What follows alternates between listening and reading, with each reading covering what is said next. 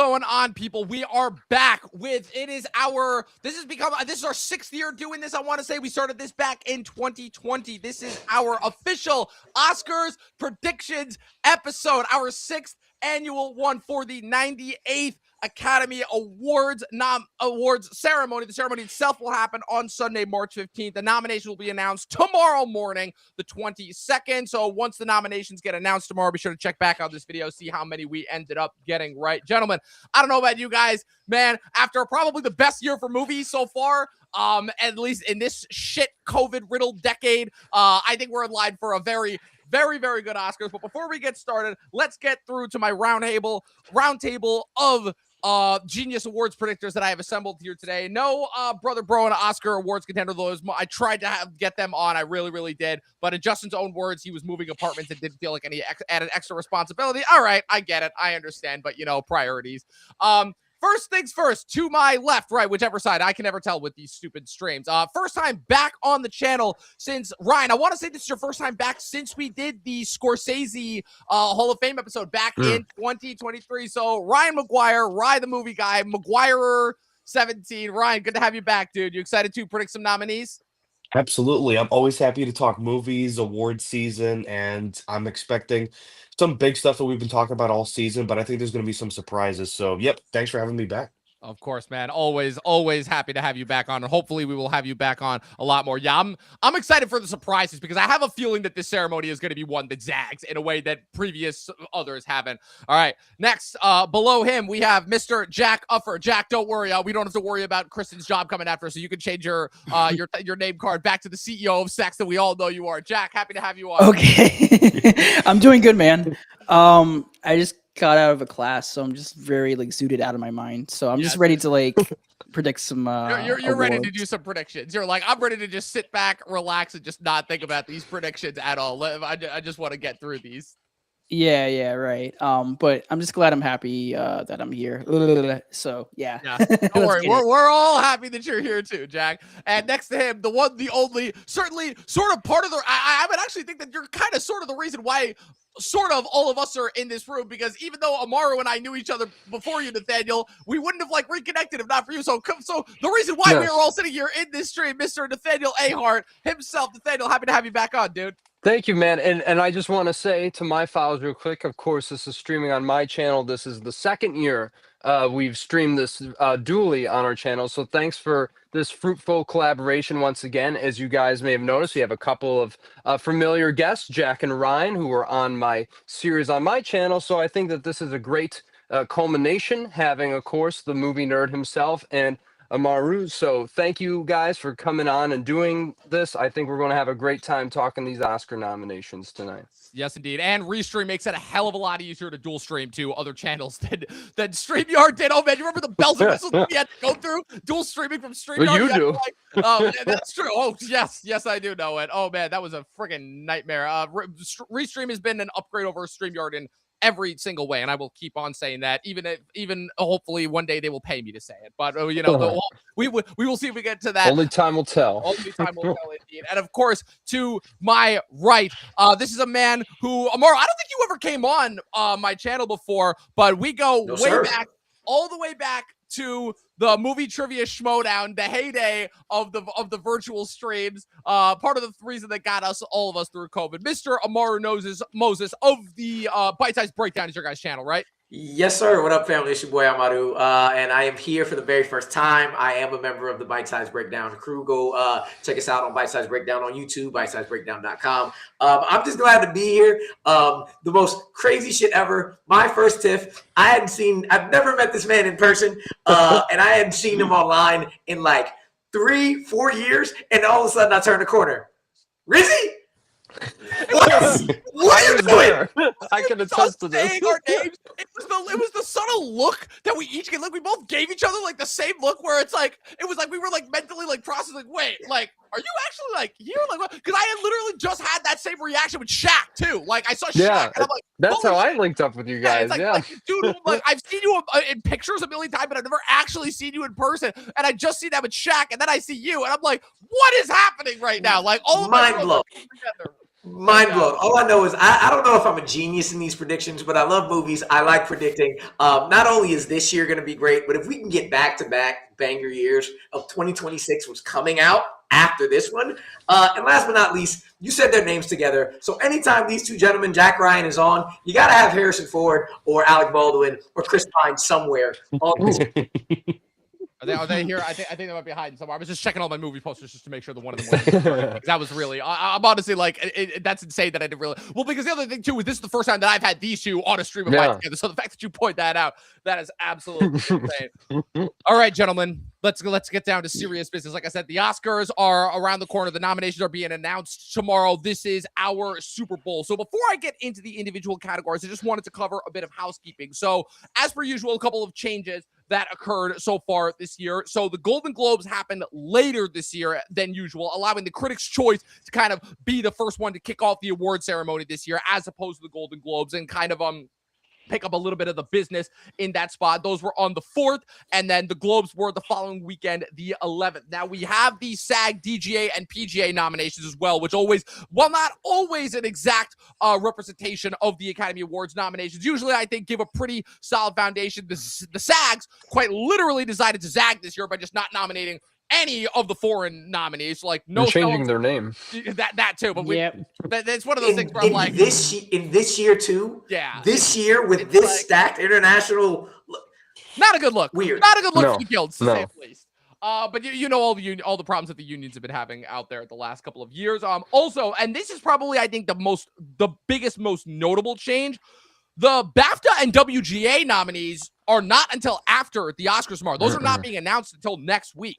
So that's this is quite interesting. This is a new development because previously we would always have the BAFTA and WGAs as being like the last ones released. Now the WGAs I feel like are always the worst of the guild predictors when it comes to the awards, considering how many awards are ruled ineligible because of their own weird bullshit rules, also conflating with the categories depending on the original versus adapted policies that the guilds take versus the Oscars. It's always confusing, but I just wanted to get your guys' take on that. Like, as far as, for lack of a better word, not the ceremonies necessarily not being important, but the nominations themselves, I guess, for the BAFTAs and WGAs not really mattering this year in terms of the Academy Award nomination. I just wanted to get your guys' thoughts on that before we delve in. Well, honestly, I feel like the BAFTA long list that dropped a few weeks ago, I think really helped me a lot with my predictions, especially with like the casting of the films that we're going to predict for best casting. I think kind of like correlates a little bit. It also helps a little bit more with like the international features like Sentimental Value. It Was Just an Accident, Secret Agent, et cetera, et cetera. WGA, like I don't really take account with that because once again, like there's a lot of like rules that they do with the WGAs. But even then, like I feel like right now, like BAFTA long list, like that's where you have to kind of like take a look and see what's going to happen tomorrow. And again, like usually last year or in previous years, the BAFTA is usually the best predictor for the Oscars, but it seems like this year it's all over the place. Yeah, and the BAFTAs are kind of like the reason why I emphasize that is because the BAFTAs are always like sneaky important, where I feel like it's the award ceremony that people think of and regard the least in the lead up to the Oscars, but they'll always have that one or two sneaky nominees who end up being like a power. But like if I'm not mistaken, like famously back in 2013 for the Wolf of Wall Street Oscars, famously I believe that the BAFTAs were the only ones that had Jonah Hill for supporting, and then he ends up being the 5th nominee. So like they always have that one or two sneaky picks. I believe that I mean the Globes were really the ones that did this, and I still can't figure out for the life of me how this happened. I mean, this is the nomination that I would have preferred, but in 2016, Aaron Taylor Johnson famously won supporting at the Golden Globes over Mahershala Ali, who went on to win everything else. But that was just like a really fun, weird intro to what ultimately resulted in, I feel like a pretty momentous Oscars in all of our lives. The famous Moonlight La La Land envelope screw up there. But real quick, the only other question that I wanted to hit you guys with is Neon going 5 for 5 for the international awards this year? Because I feel like if you had asked us all that coming out of TIFF, we would have absolutely said yes. Now I'm not so sure. I think they definitely have. They definitely have, I think, 3 spots locked up without a doubt. 3, possibly 4. But my whole thing is I'm worried if the no other choice. And again, I use backlash in the loosest of terms, just kind of the overlooking of no other choice will potentially also result in it getting snubbed for international feature. I'm hoping that won't happen, but it is something to consider, especially when it feels like, because again, it was just an accident, Secret Agent, Ahart, Sentimental Value. Those 4 seem to be locked up as far as international feature goes. I think it's likely. I think it's more likely than it was before. But even so, there is a little bit of doubt when it comes to No Other Choice and Ahart. Because I could see either one of them missing for the voice of Henry's job in a sneak, because that director's been nominated 2 times before. And I think it's an amazing film, but it would be one of those things where it's like, oh great, it gets nominated, but then it's like, where the fuck is No Other Choice? Like, why would you fucking do that? Yeah. Like, so it's going to be tough. It's going to be tough to see, but I'm predicting the neon sweep right now. Yeah, I'm hoping, just because of like just what an absolute demolishing powerhouse of a year Neon had. Easily its best year, I feel, since its inception back in 2017. I'm Easily gonna the best year that need I've seen. Ahart to get the fuck out of here. Oh And boy! Oh, Shit! wow. Let's bring it! Oh, Let's No, bring now it. we Jack, debating. All Jack, right, Jack. bet. Smoke, Get it let's the do fuck out of here. We got a I didn't Ahart. even ask if I could Job, curse. though. Can I curse? My bad. Oh, Yeah, come on. fucking go ahead, man. I literally got a joint that Had I'm to- gonna light up in a Oh no, Had to ask explain. once. All Had to right. ask once. Yes. So okay, I so we don't got like- a Ahart hater in the house. I all right. don't like Ahart at all. Now, Wow, I'm wow. not going to say it's not deserving. I see it, but that is the cinematic version of a long ass EDM song. Over again and again and again. I'm done after 30 minutes. And by the time you get to the shit that blows your mind, I'm already out. I was tired. I don't want to watch them walk and drive and go. I was done. It didn't help. It was one of the latest showings at TIFF, so I was tired. That is true. But even then, I was just like, I watched Hedda at the end of the night, and I was in that shit. After like a Okay. 6 movie night, Ahart bored the hell out of me. Damn. Wow, That's wow. crazy. Especially Well, 'cause it made Jack's top 10 on our did, on our it list. did. Yep. Again, I can see the difference of it is a great movie, but it shit ain't for me. Yeah. Not at all. At the I'll very meet least, you- you can admit that. Yes. I'll meet you halfway and say I would rather see Henry Job get nominated in that slot. But, you know, I mean, I get it. And we might talk about it in other categories. I don't know. But, yeah, I don't know. Yeah, I'm just going over. Okay, yeah. So here's an interesting one. So visuals this year. I know visuals really, I guess, aren't really that important of a category. I guess just because Ryan, what you were saying at the beginning of this stream, you were predicting that there could potentially be some F1 sweep. So F1 is kind of being slept on right now as far as being like kind of, for lack of a better word, the feel-good normie movie, I guess, that gets nominated. Because as of right now, the best picture lineup, at least that I have, does not have a feel-good normie movie. And now, correct me if I'm wrong, but so you had, that was Complete Unknown, I feel like had that spot last year.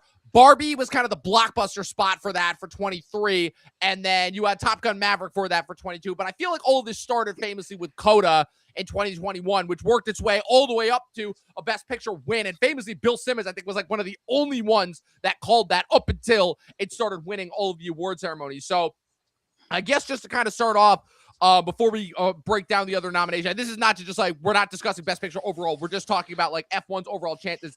Previously, I had it getting in for all the technical awards, you know, visuals, sound, production design, all of that. But given that it was nominated for the PGA, it did make it into the PGA 10, do we potentially see an F1 Best Picture upset? And if that does happen, which of the current 10 do you guys potentially see it knocking out?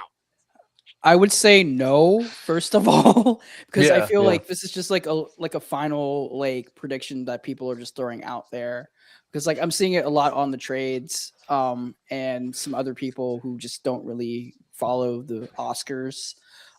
It's cool to have it at the PGA list, but usually the PGAs are always like normies. They always pick like normie picks, blockbuster picks. I rather switch it over for weapons because I feel like Yeah. weapons is the more attainable blockbuster 10th slot movie that everybody has seen.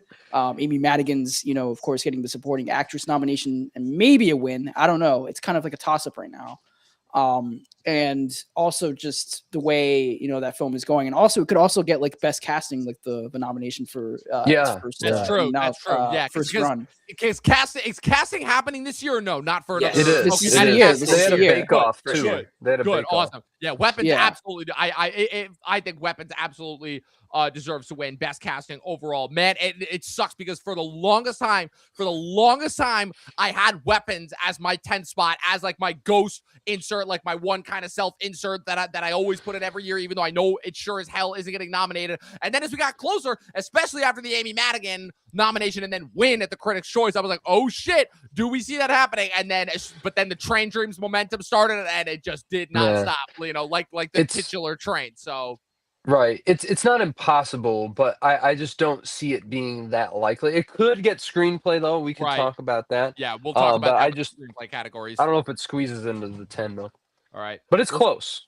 All right. So with that being said, yeah, so just want to run through screenplay with you guys for before we get into the main 6. So I have 6 right now. I need to knock one out for adapted, and I have 7 contenders right now for original. For right now, my adapted competing for it, I have Begonia, Frankenstein, Hamnet, No Other Choice, One Battle After Another, and Train Dreams. And then for original, I have It Was Just an Accident, Marty Supreme, Secret Agent, Sentimental Value, Sinners, Sorry Baby, and Weapons. Those are my contenders for those 2 categories right now. So of those, what is that? I think I have 7 for original and I have 6 for adapted. How are we feeling? Go through your original again. Okay, original. I got It Was Just an Accident, Marty Supreme, Secret Agent, Sentimental Value, Sinners, Sorry Baby, Weapons. And the only reason why I put Sorry Baby in there is because Julia Roberts gave it a shout out when she presented at the Golden Globes. And that could go far as potentially getting it the nomination. Yeah. She's got, Eva Victor, first time filmmaker. She's got the kind of momentum that usually, it was a tiny indie movie that kind of had a little bit of a moment when it opened over the summer. So that could be a sneaky ghost pick for original screenplay, which is typically a category I feel like that is much more welcoming of newer voices than some of the bigger categories. Okay. Yeah, I was just gonna say, like, I think Sorry Baby, that's one of my personal favorites of the year. I don't think it was just shy of my top 10. I really love that. I think this is gonna be a case though where this one, it's a great like blow up first film, like it's gonna get a lot of attention. I could see them getting a nomination for maybe their sophomore film because maybe it's a film that gets kind of like a Zach Yeah. Kreger, where Barbarian was this film, blew up on the scene, everybody was talking about it, didn't get much attention during award season, but then he comes out with the second movie that's just even. I mean, I know some Nathaniel, one of our close friends, Max, lives and dies by Barbarian, but I think we both agree Weapons is far It's Max better. is better. on the It's Barbarian better than Weapons Yeah. trade. I think he is. I don't want to Weapons put is words in better. his mouth, but Weapons it's is just a feeling that I have. Yeah, knowing He what I was know so about Max, pissed when I would everybody loved totally Weapons buy more. that. I would Yeah. totally buy that knowing Max. It's a Yeah. Max movie, all Yeah, right. that definitely seems like a Max move for sure. Yeah, Jack, Amaru, what do you guys think? Okay, because like before, I think the Golden Globe win for The Secret Agent for international feature and best actor. I was just like, I don't know if like The Secret Agent can like surge with best original screenplay, but now I'm predicting it. I'm predicting it as like number 5. I am watching out like Weapons if it has a really good day tomorrow. But I do think like the placements that you have are pretty good. I still think Sinners is probably going to like take the award over And better. I'm gonna be Sentimental like, Value. actually, It'll win. Yeah. It'll win. Yeah, Yeah. I know, and the But- only reason why I didn't win screenplay at the Globes is because the Globes always does screenplays one category. Yeah. But Yeah. I'm keeping an eye out for Sentimental Value, and It Was Just an Accident. Especially It Was Just an Accident because I think right now You were worried about that one. Yeah, no, I was like mad worried. I'm still like a little bit worried for tomorrow because I feel like when we get to like best director, we're gonna kind of like chew out like the placements because I'm kind of like flip flopping between putting like Jafar Panahi or taking him out or putting him back in. Like I don't know, I really don't know. I'm And like I said, he really needs this like original screenplay nomination and the international feature nomination along with like the best picture 10 slot.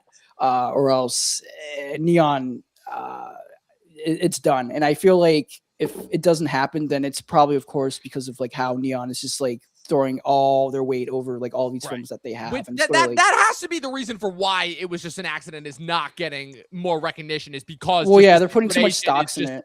Well, it's just also, I feel like it was set up a little bit too early. They were dependent on Panahi's obviously reputation as more of a revolutionary filmmaker. Then he's been in that constant trouble with the Iranian government that's prevented him from being able to attend all these ceremonies. Then The Secret Agent, I feel like, is really, really taken off. Like of all the international movies that Neon put out over the holidays, The Secret Agent, I feel like, has just demolished its competition. Like it demolished No Other Choice. I feel like it was just an accident. Momentum died off. Sentimental Value, I feel like, was strongest coming out of TIFF. But yeah, I just feel like The Secret Agent momentum is just it truly is just the what's it called, the juggernaut of the Neon and international categories right now. Amaru, what are your thoughts on that?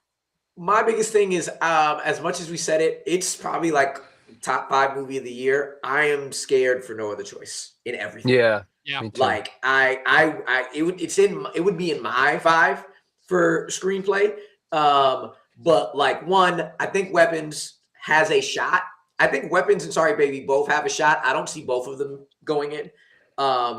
And also, I mean, the Academy likes to be old and white, and Blue Moon is the oldest and whitest of fucking movies. Very That is It is true. amazing, That is old very and true. white. Deserving, yes. Yep. And it is deserving. It's there's gonna be in almost every category, there's gonna be deserving movies getting cut. Because this is a stacked year. I could see Blue Moon taking out any of the internationals. I'm with you. I think if I have to choose, my heart says No Other Choice because I love it, but my mind says The Secret Agent takes that. But I'm looking out for Blue Moon tomorrow. See whether or not that screws up anybody's ideas for that. And do you guys Yeah, think that No Other Choice is getting, I don't mean to cut you off, Nathaniel, but do you think it's getting slept on because this might be a long shot, but because of Park Chan-wook with his whole drama with getting kicked out of the WGA, do you think that's playing a part of the No, conversation? I don't No, think I don't. so. I just think they hate Okay. Korean people.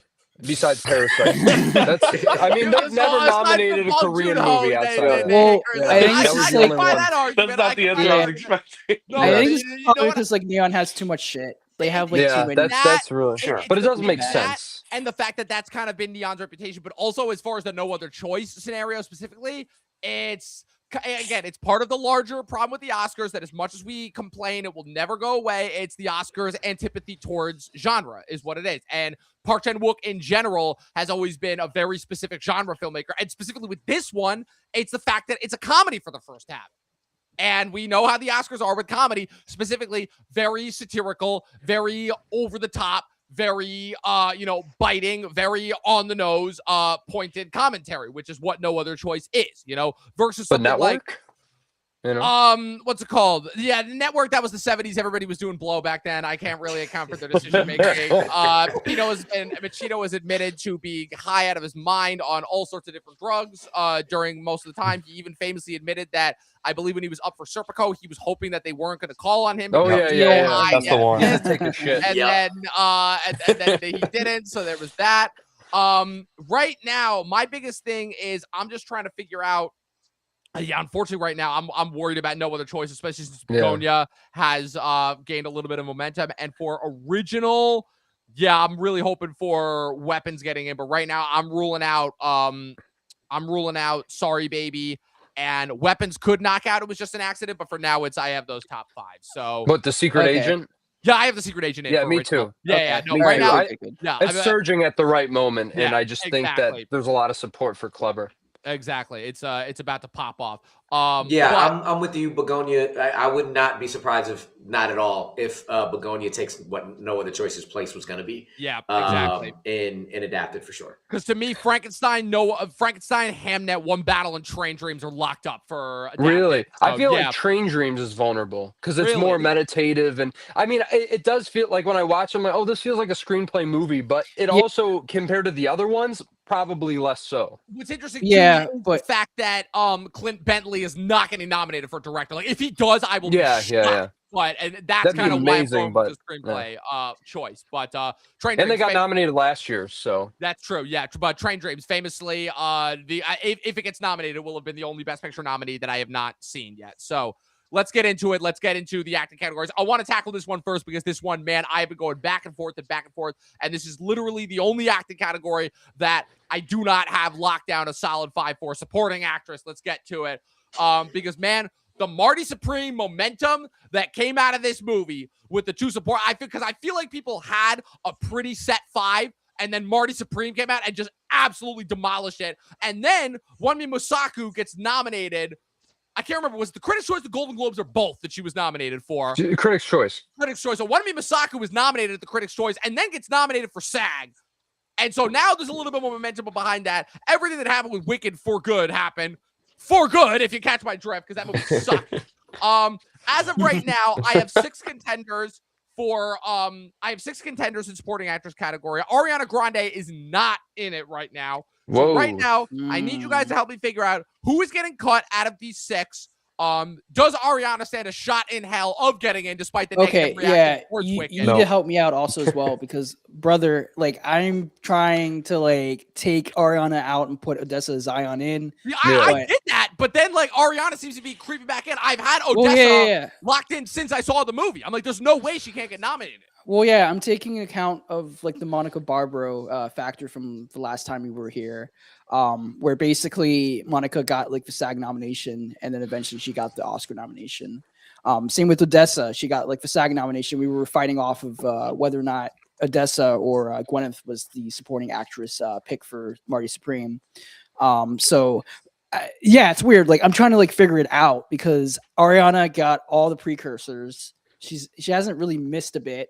And sure, she did lose some like critics prizes, like regional stuff, but she's still like gunning along. And I don't know, like I feel like Ariana is safe, but my gut is also telling me that like Odessa could actually just like take her spot over. You know this is a crazy category when as of right now, my only 2 dead set locks that I know for sure are happening are Amy Madigan and Tiana Taylor. Like that's it. Agreed, like, I really am at a loss as far as who the other 3 nominees are going to be. Like I have Odessa, I have Elle Fanning, I have Inga Ibsdottir-Lilius, I have Wunmi Mosaku, and Jack. After what you said, I'm like, I'm still not sold that Ariana's completely out. Yeah, that's what I'm thinking because I'm just like, okay, listen, she's playing the same character. She's, it's a different arc, but she's still playing the same character. Why are we nominating the same, person again for the same character again? Well, I want to shed some insight on this because I've been thinking about this. I would actually argue she is 6 right now just because the momentum for Wicked for Good has really stalled. And my thing is, and me and Ryan kind of talked about this in the last episode, was the only actor who has ever been nominated back-to-back years for the same character was Bing Crosby, and that was like 80 years ago. Right. So it's like, I really... yes, I that's feel not like, enough of a precursor. Exactly. And it would be very hard. But the thing was, he was in the Best Picture winner, and then he was in a Best Picture nominee. I think that really means a lot, especially in a year of 5, right? So I think with Ariana, it is tough to call because she isn't missing anywhere. She hasn't yet. She's been on the BAFTA long list. And to answer your question from earlier, Dom, I wanted to get to it about do the BAFTAs and the WGA matters? I think yes, they do matter, but we don't know like how much, right? Because of the fact that they're coming later. And I think whoever gets that BAFTA nomination is going to be very telling because we say Odessa Zion is like Monica Barbaro, and I agree there's a similar arc to it. But if she gets BAFTA, she's more than that. Like she's definitely a lot stronger. Yeah. And they longlisted her there. Same thing with Gwyneth Paltrow. Now, we can discuss if maybe Paltrow leaps into the 5th spot, but I really do feel like it's one of those 5.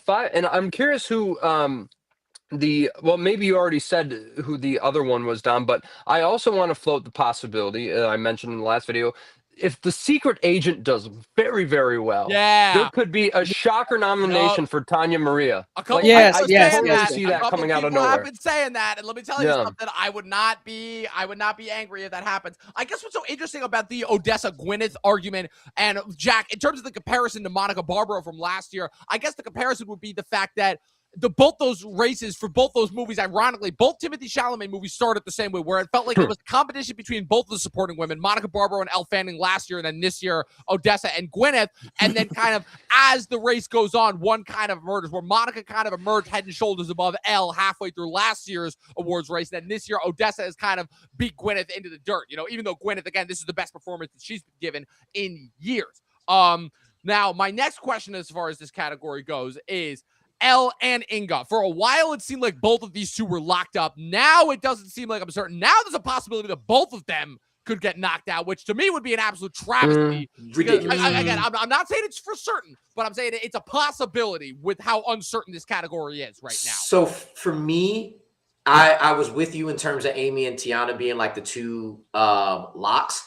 Inga was always my third. Right. She was mine. always Same my third. here. And Same I here. still think both Inga is gonna unfortunately knock Elle out in back-to-back years, where Elle is knocked out Right. based off of her co-star, like Monica did her last year. I do think Inga is the best actor out of the entire four in that movie. I agree. Fair. She was the one that stuck out. They were all good.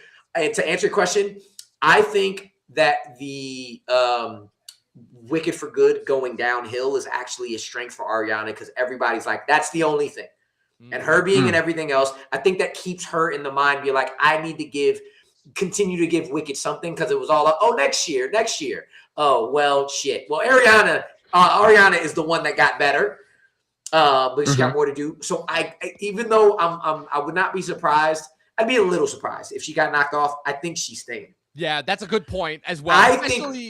Sorry, keep going. Yeah, so I think with Odessa and Gwyneth, I don't think Gwyneth is in at all. I think if people are picking, it's Odessa. And for me, that fifth pick after Inga, Ariana, Tiana, and Amy, and again, everything is a toss-up in almost every category. For me, it's Odessa and it's Wunmi getting that last spot. And right now, I am going with my heart. I'm hoping that from April, Wunmi being in there is going to get her that last spot. And I think Odessa just came on slightly too late. Yeah. That's what I think might happen. But I think that for me, it's between those two for that fifth spot.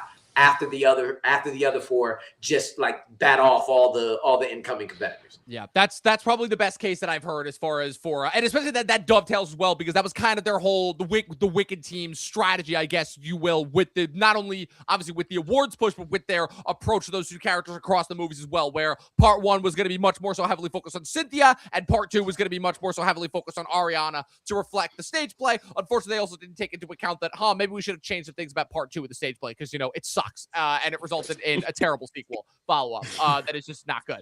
Ryan, what are your thoughts on this category? Yeah, so of course Nathaniel and I talked about this over in his channel, but there's a couple of little tweaks that I might want to add to that.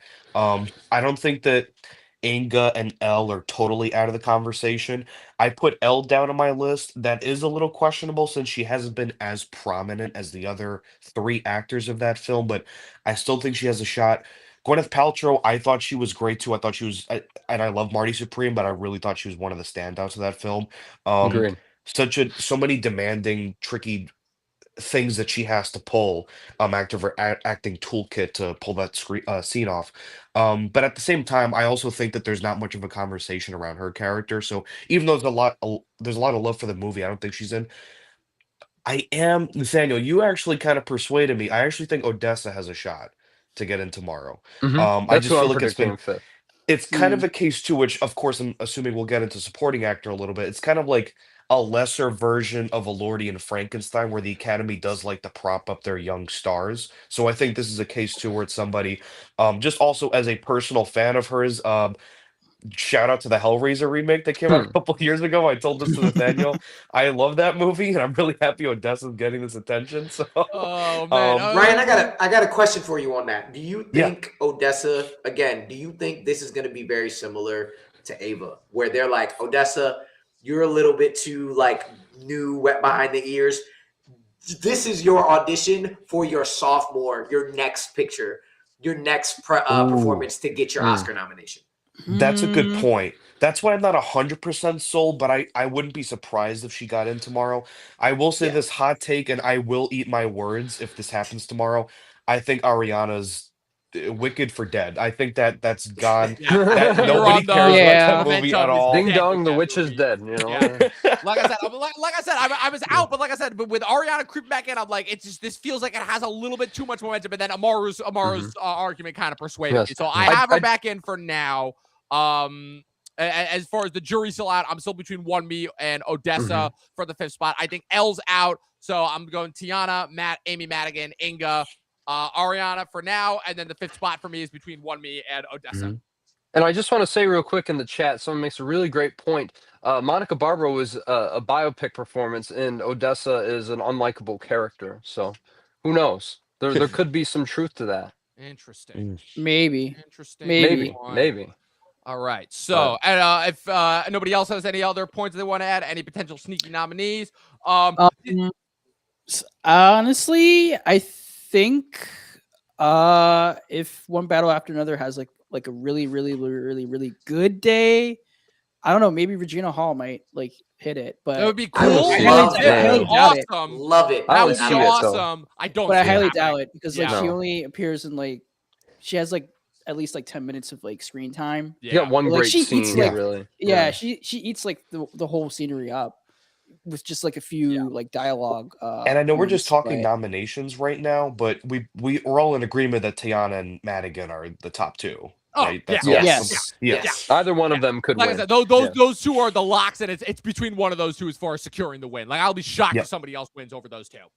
If Weapons and get those- screenplay, I'll go, uh-oh. Yeah, well, and especially because those two are both our current winners. Because Madigan got the Golden Globe and Madigan got the Critics' Choice and Tiana got the Golden Globe. So there And it's you go. fun too because like one character is primarily at the beginning of the film and then dips, but you feel her impact the rest of the time. Then the other character comes halfway through that movie, and then you feel her impact later. So it's just interesting how both characters are kind of Yeah, I like didn't even think the about inverse that. of each other. Good Yeah. point. Look at you. Look at you putting on those little McGuire glasses. I there. got my see film you. nerd glasses on. Got the shades. And it's so funny because I thought those were Tony Stark knockoff That's glasses. what So that's God, I'm like, where have I seen those glasses before? I love you Really 3000. familiar. Oh, man. But yeah. So moving on to I think probably the easiest category to predict that I don't think anybody has any qualms, any surprise choices. Like for the longest time, it felt like Adam Sandler was for sure finally gonna get his first Oscar nomination. Damn it, And then we man. all saw Jay Kelly. And then after that, it's like, oh yeah, people love Benicio from One Battle. Yeah, he's in. And so you guys are gonna have to make a really, really compelling case for me to believe that these are not going to be our 5 tomorrow. That being Benicio del Toro for One Battle After Another, Jacob Elordi for Frankenstein, Paul Mescal for Hamnet, Sean Penn for One Battle After Another, and Stellan Skarsgård for Sentiment of Value. Do we think anybody is knocking out one of those 5 for scoring actor No, tomorrow? not really. Honestly, it would be crazy. But it's because like it's after the Oscars, was it the BAFTAs, but it would be crazy if Delroy Lindo just like somehow Man, just listen, sneaks Come in. on! you want to 'Cause talk they about did it- somebody? Amara, I'm right there They with you. always I am- snub. Ugh! I Yeah. have been fucking. I had Delroy in. Like at the beginning, at tape, I'm like, I don't Yeah. give a fuck. I don't care if I'm wrong. Delroy is my dude. He was my favorite character. He was my favorite performance from that movie. He's got it. It's not happening. It's not No. happening. Well, the Okay, thing was, is, everybody, I like, think I just shat my pants. Yeah.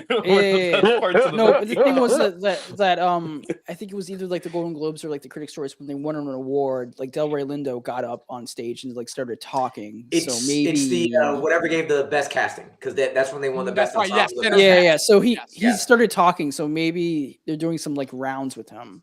They should be because Yeah, I mean, Well, he's well, been doing interviews like crazy everywhere, and Delroy's been kind of the one front and center with everybody, where everybody's like gravitating toward him in those interviews and theater presentations. okay, yeah, because like needless to that's say, I'll my be line of beyond thinking. happy if that happens. Yeah, let me float a possibility because if he gets nominated for BAFTA, he could show up tomorrow. Yeah, but I just true. don't see it. I just don't Yeah. see it because I don't those 5 either. have been locked up for so long. Like, it's one Yeah, of I those wanna things see where, it. because I'm trying to remember the last time, because so last year I feel like the only kind of question, or sorry, not last year. Last year I think I feel like after a certain point we kind of knew that the last year's 5 was going to be our 5, because I think that, if I'm not mistaken, that was also the SAG, like one of those instances where the SAG 5 ended up being our 5 for supporting. And then the year before, I think the only question was as far as we weren't sure if it was going to be Ruffalo or Defoe 2 years ago for Poor Things getting in, and then Ruffalo ends up getting in, Defoe does not. And then we also weren't sure if Sterling K. Brown was going to push out Charles Melton, and then that ended up happening.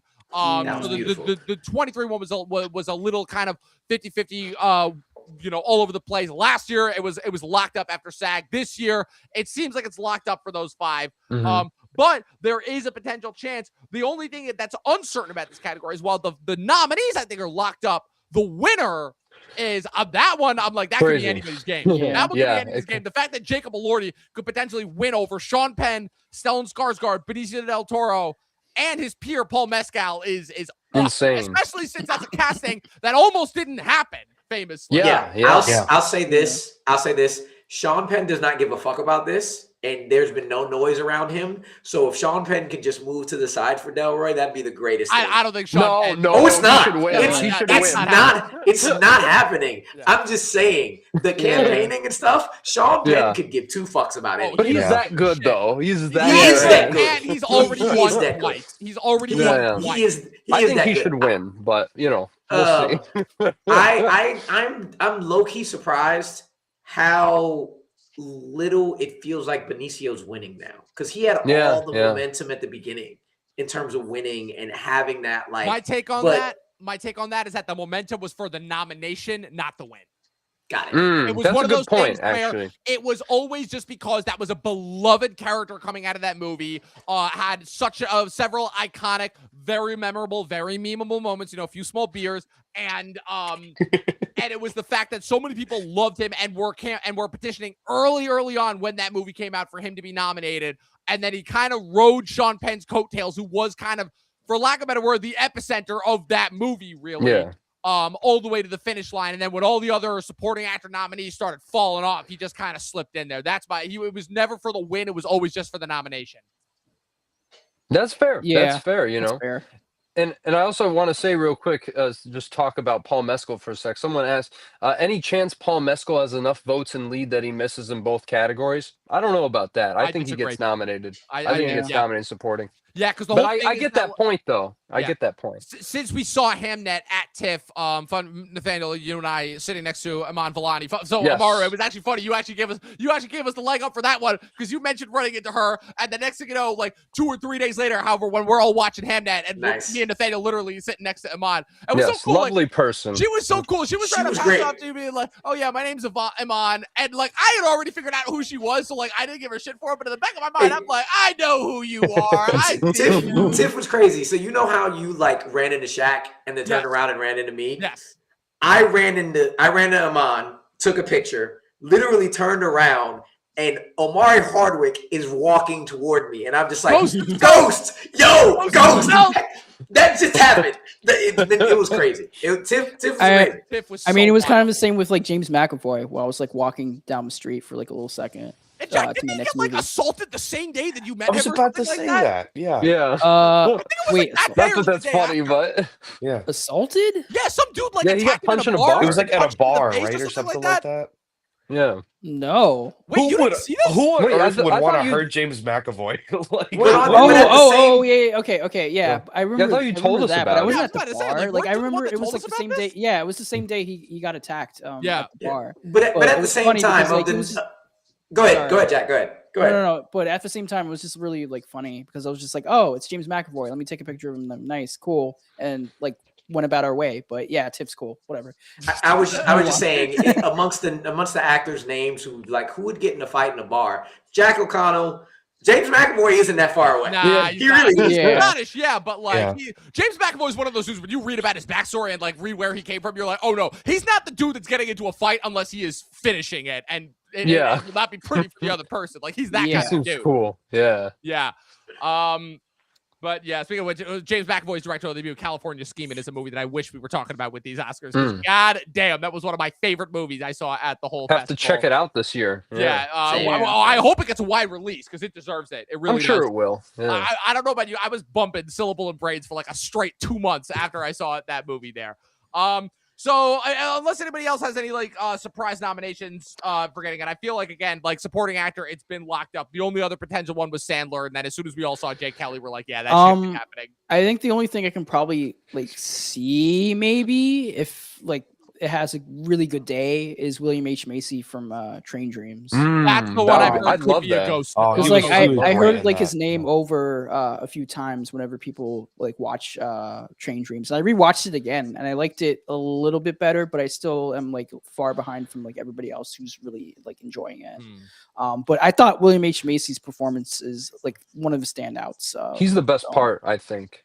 Yeah. He's So great. I could see that happening if Train Dreams is having like a really great day.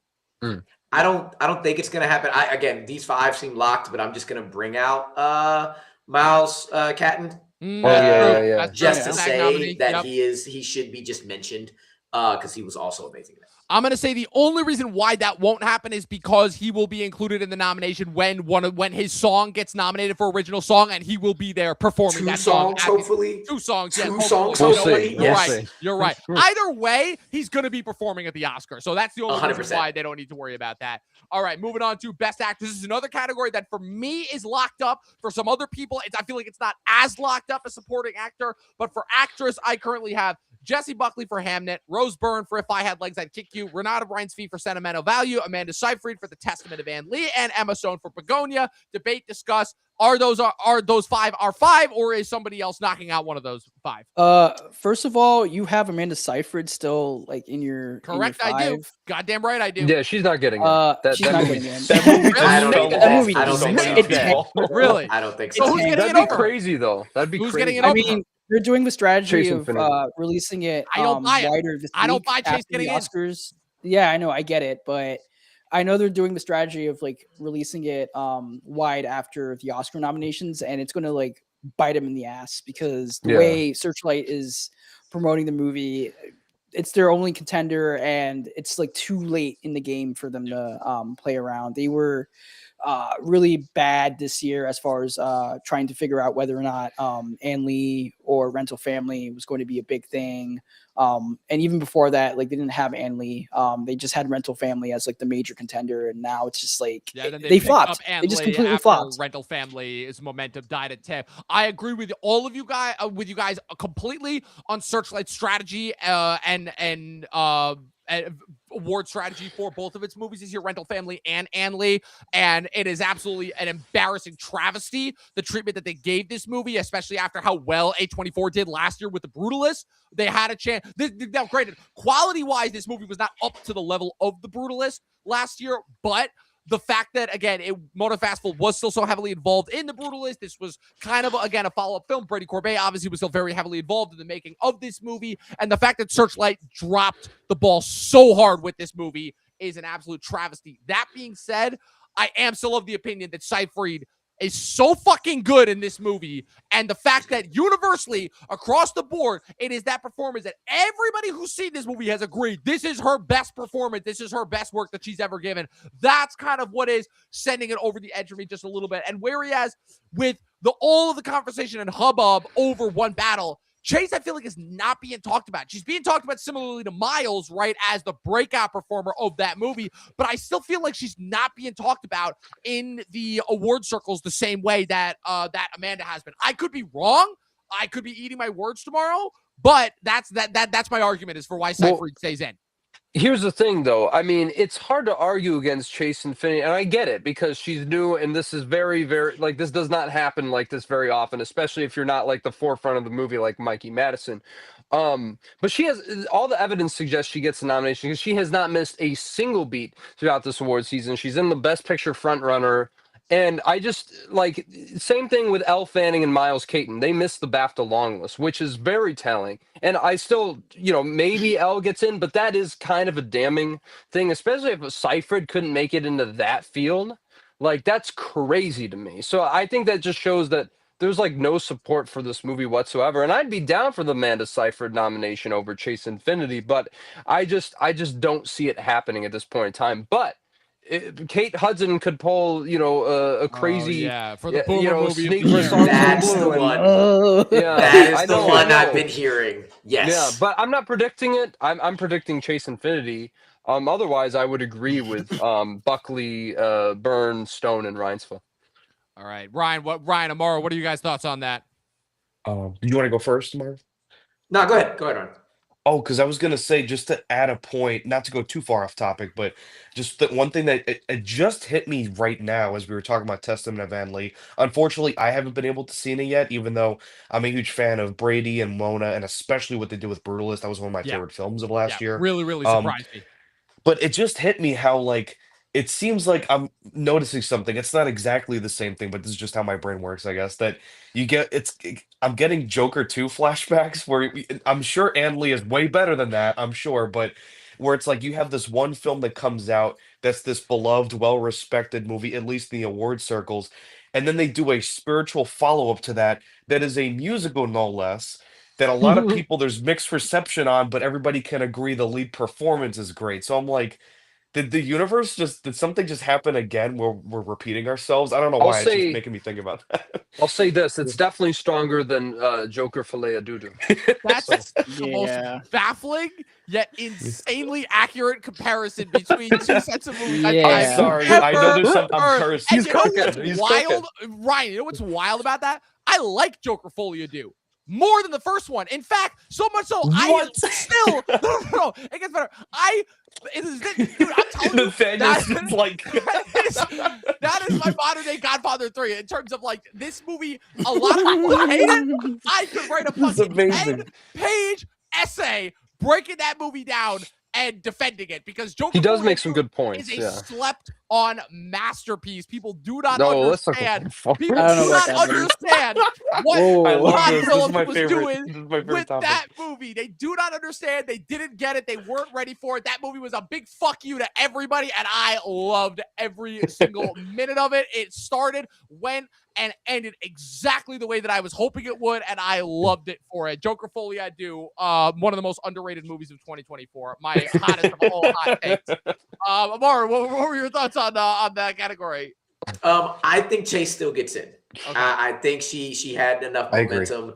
Kate Hudson is knocking at that door for her. But Mhm. I'm gonna go with the person in the chat. And my question is, does Emma Stone become Meryl Streep and she just gets a nomination every year she comes out? Or Ooh, yeah. for me, Ooh. That could happen. Begonia has been quietly the movie that everybody is forgetting about and that says, oh yeah, put it in. And then I'm wondering, is Begonia going to get forgotten about and slip out of some categories? And I I don't wonder think if so. this is one of my, I don't think so either. Yeah, but I don't like, see that I'm happening. not mad. I'm not mad at the like Stone doesn't get in because I don't think as solid as she is, as solid as this movie is, this is the one that is always at the back end of all categories. It's not a spotlight. Fair point. And it's Why always do like maybe the that fifth. is? Yeah. Why do we think that is this year I don't with know. Begonia as far as Um, getting the treatment? Do you think guys think it's subject matter? It has to be subject matter. No, no, no. And it's I just think not flashy like Yeah, Poor Things or. I don't know, Favorite. because like I feel like once like the Critics' Choice like ended, it was just like, I think Begonia's on the way out. But it seems like now like it's getting love again, and I think it's probably because Yeah. maybe people are Yorgos out, maybe like they're just like Right. too stimulated with like Yorgos films like every other year, and now he's kind of like on a hiatus right now. Well, now he is. But, I guess kind of what's the most interesting is this is going to be the first time where we have a Yorgos movie getting, so far, of the three of his movies that have been gotten into this position, because Kinds of Kindness, The Lobster, and Killing of a Sacred Deer all were not nominated for a picture. This is going to be the first Yorgos movie that gets nominated for picture, but not director, if Begonia gets in. Because The Favorite I didn't think about Poor, it that way. because The Favorite and Poor Things, both picture and director nominees. Begonia, Yorgos is not getting a Best Director nomination tomorrow. No, That's no, he's not not. happening. Not So I happening. just wanted to point out that little tidbit. We'll talk about that more so once we get to Best Director. But so you guys are all pretty much on board that Chase is going to be the fifth nominee. That's okay. Yes. Okay, because like before we get out of this conversation, I think we should still have to kind of like pin down the idea of like Kate Hudson sneaking in. Okay. Because mainly the way I'm thinking about it is just like how much of her career is at a point right now. She's a veteran actress. She hasn't been in the conversation for a long time. Her movie comes out like Christmas time. It does well at the box office. It does well with the audience. And like the older like generational of like voters really like it. It seems like. So my fear for tomorrow is Kate Hudson like cutting off Chase Infinity's precursor momentum. But I highly doubt it because of just the way like one battle after another, like the film is just like overperforming. It's doing so well. Like why not take a bite with a newcomer in this category compared to like a veteran actress who sure like she's done like a lot of like movies in the mainstream and this is her like return to form. But also at the same time, personally for me, like I don't really see like the performance being like the flashiest out of the bunch. Yeah. But I do think her performance in that movie is good. Like she's serviceable. She's really like going all out with the screaming, pissing, crying performance that I always like see in like these Oscar Beatty roles. I guess that's the other reason too why I want Amanda Seyfried to get nominated so badly, not just because Testament of Ann Lee is her best work, but also because I'll see it as also like a dual nomination for The Housemaid, which is a movie that is A, so much better than it has any right to be, and B, just again, like for a movie that is essentially like Get Out for white suburban housewives. I've never heard that. Oh my gosh. I'm weak. I'm like, Oh my goodness. I'm like, why is she as good as she? Why is she so fucking good at this? Like she doesn't acting opposite Sydney Sweeney, who has the acting range of a fucking dry whiteboard. Like, Get out for white people. As good as she is in this movie, but she is so unbelievably fucking good. I'm like, you put this whole thing, like, what the hell? Anyways, that was just my 10-minute Housemaid rant, and the fact of why can't Paul Feig make things as good as The Housemaid? Like, why? Why do we have to sit through years of bullshit from him before we can finally get something good? Nathaniel, what were you gonna say? One more thing about Seyfried, because someone was mentioning the Kristen Stewart and Spencer factor, but I will say that she was playing Princess Di, and you know she was winning a lot of critics prizes. Don't know where Ryan went, but hopefully he joins back in a second. So I just don't really see it being as likely. So Andrea Riseborough, but that was like a weird. That was a weird COVID. That was thing. a hilarious thing that happened. That's one of those things I still can't believe that happened. But like that I'm attributing solely to COVID was what happened. No, it was just a bunch of white people going like, "Hey, remember this movie?" that came out that nobody saw. No, it only because the actors, all of her actor friends saw it and got behind her and were like, "Yeah, are nominated for this movie." That's what that was. Like, that's what happened. Right? Didn't like Jamie Lee Curtis also was a part Jamie of, Lee Curtis was very, very strong. Because I remember. Yeah, that was funny. Man. All right. So where is this guy? Yeah, what happened to Ryan? I don't know. I'll text him. But real quick, let's get into best actor, or as I say it, is Ethan Hawke or Jesse Plemons getting that 5th spot? Which really at this point is the only conversation to be had around this category. We know Timmy, we know Leo, we know Michael B. Jordan, we know Wagner Moore getting in. Those 4 are locked up. So is this Ethan Hawke or is this Jesse Plemons? In my heart, I want Jesse Plemons, but my brain is telling me it's going to be Ethan Hawke. Amaru, based off your previous point. I'm throwing in Joel Edgerton in there. Okay. I do not think he is out of this. I am so up. So this has been the category for me that has carried my love for this year. I have been 8 deep in this category of any combination of the 8. I am happy. And all 8 we just mentioned. And the one guy, because this movie is not getting love anymore, Lee Byung-hun is my 8. Which is killing me. Killing me. Because it's so good. You deserve it. That was one of my most heartbreaking decisions when I cut him. I'm like, I don't want you. I promised Lee you were going to be in with me till the end. Yeah. But for me, I do think Joel has a possibility. I think Ethan Hawke is getting that last spot though. I think the love for him, it is his tour de force film. Straight up. And many critics groups gave him the win. So like I'm still waiting for my critics group, North Carolina. We did our nominations. I'm still waiting to see who won, but I would not be surprised if Ethan won it for us too, those critics choices those critics wins in the early stages of critics nominations coming out. But I just think because it's his movie from front to back, everybody's remembering him and the love he has. I got him over Jesse because again, I thought Jesse was like 7 or 8 in that list behind Joel and Ethan. Yeah. For me, I think he's definitely number 6 just because his thing, he probably will get BAFTA too, Jesse Plemons. And so it's hard to call, but like you said, I mean, this is a tour de force performance. I think this is one of the greatest performances of all time because I think consistently every second of this movie, he is making such one inspired acting choice, surprising choice after the next, and he completely transforms himself. It's the most we've ever seen Ethan Hawke go to this extent. And yeah, I think he's absolutely getting in. I think if he gets snubbed in the morning, we are all going to be shocked. Yeah. And I do want to entertain because we'll talk. Jordan, I know some of you were saying like he doesn't get enough #1 votes like Barbie, but this is the thing. Barbie was not #2 for Best Picture. Like No, it was not. Jordan No, it has he's been winning prizes. He's been getting nominated absolutely everywhere. And it would almost feel like a slap in the face if Michael Jordan didn't get nominated. People will for riot. Sinners. Yeah, literally. Yeah, Yeah, it'll be Oscar So White Part 2, Yes. bruh. Like Black Twitter's about to be like crazy lit if that happens. Like I'm they gonna will. be, like, We locked will go in. insane. Yeah, we don't play. As you should, because that's his best performance for Yes. sure. And- Ryan, and oh, he's been God, you're building back. this. We're worried about you. I'm so sorry, everybody. Hey, My hey. internet literally just crapped out. I was just like, movies. And it just cut off. So I'm That's so sorry about Spectrum for you, buddy. That's what you get for depending on Spectrum. We were literally just talking about for Best Actor whether Ethan Hawke or Jesse Plemons is going to be the 5th spot. How we're all kind of pretty much agreeing it's going to be Ethan Hawke.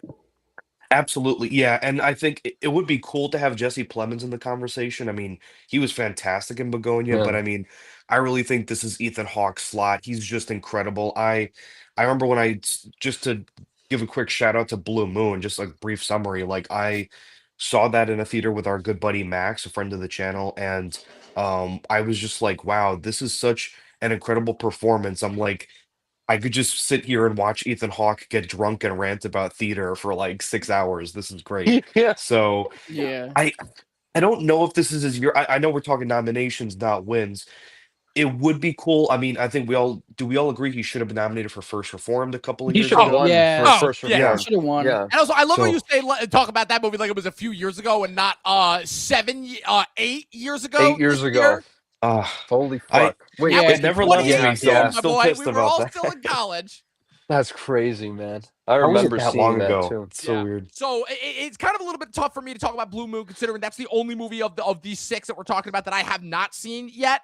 One of a couple that I have not seen. I've also famously have not watched Train Dreams yet, but I do plan on it if it gets the nomination. We're expecting it to tomorrow. But really, for me, the reason why I've taken note of this is not necessarily the movie itself, but because of Hawke himself, and not just the performance, but everything that he's been doing outside the performance. Like famously, him going on Rogan, him like all the clips that are popping up of like just showing like, oh, what a great guy he is. How like he's openly talked about the fact that Linklater purposefully told him that he could not play this part up until a certain point when he felt like he was ready. The fact that he has just openly talked about just like the acting process, but has been so humble about like the open discussion while also talking about like all of the kind of, human frailties, I guess that you could say, that go into acting and that go into making this. Like you could really tell that like Hawke has kind of been positioning himself and like this being like his tour de force performance, which is kind of crazy when you consider that this movie for the longest time was being touted as like the secondary of the 2 Linklater movies that were being released this year. This was kind of released on the coattails of the new wave movie that he did that went directly to Netflix that is getting diddly squat right now, which I saw that at TIFF. I enjoyed it. But from what I'm hearing, this is like the tour de force, the movie to beat. Is there any? But now my other question for this category: is there any chance that Wagner Moore walks away with Best Actor over Timmy? Is there any way in which that happens? I don't think Right so. now, no. I think there is a chance. I don't think it's going to happen, but I think that like for a little bit in like the last month, I've been going away before Timmy started winning. Like Michael B. Jordan's is coming out with the win. Like my friend Harrison just texted me randomly and said he's winning it, lock it down. And I was like, I don't know, bro. Like I don't get it. And then I saw the momentum. I was like, you know what? I'm with you. And then Timmy started winning, and I was like, damn. But Wagner is the one sneak attack I think might still have a chance with the international voters coming in. Yes. Again, Timmy being the young dude still. Again, I don't like it, but the Academy doesn't like young guys or young girls or new people. That is true. Yeah. They don't It's like turning though. It's turning though. It is turning. It Yes. is. They don't like young people in leads. They don't mind nominating him for supporting, but they do not like him in leads. Famously, again, Timothy Hutton for Ordinary People, Anna Paquin winning for The Piano, Tatum O'Neal winning for Paper Moon. They don't mind in supporting. They are very, very much against it in lead, but you're right. Well, unless it's like a really like huge movie, like if it's like top 3, like a Nora, which Mikey Marty Madison. Supreme, but pretty much kind of is. And like also again, like Timothée Chalamet is the face of the movie. He's in like 100% of the movie, like 99% of the movie. What I'm seeing with Best Actor so far this year is what happened with Best Actress last year, where Mikey Madison was the front runner for the longest time, but then I'm Still Here comes out of nowhere, gains all that momentum because of the international body and specifically because of the Brazilian body. And it gets to the point where I end up stupidly in hindsight, but I end up predicting Fernanda Torres to win over Mikey Madison. Yeah. Famously. Not making that mistake again this year, but I see sort of a similar thing happening where while I don't think that anybody is winning over Timmy, Wagner to me is the only one that stands a shot over him. You know, the other 3, again, as much as I love Michael B, he ain't getting it. Leo ain't getting it. And Ethan Hawke, good as he was, he ain't. Like, Leo is number 5 to me. He's all the way at the bottom. He is. Leo's at number 5, but I feel like he's the safest choice if like nobody can like the safest choice, and that's why he's not getting it. Yeah, if like nobody can like get like a lot of like number 1 picks, I could see Leo like edging out, but like that's only if something really bad happens, like once they get to like the winning predictions. But honestly, like my worst nightmare is Michael B. Jordan getting snubbed. Like that is one of those things that ain't happening. Dude, that shit will hurt. Like I would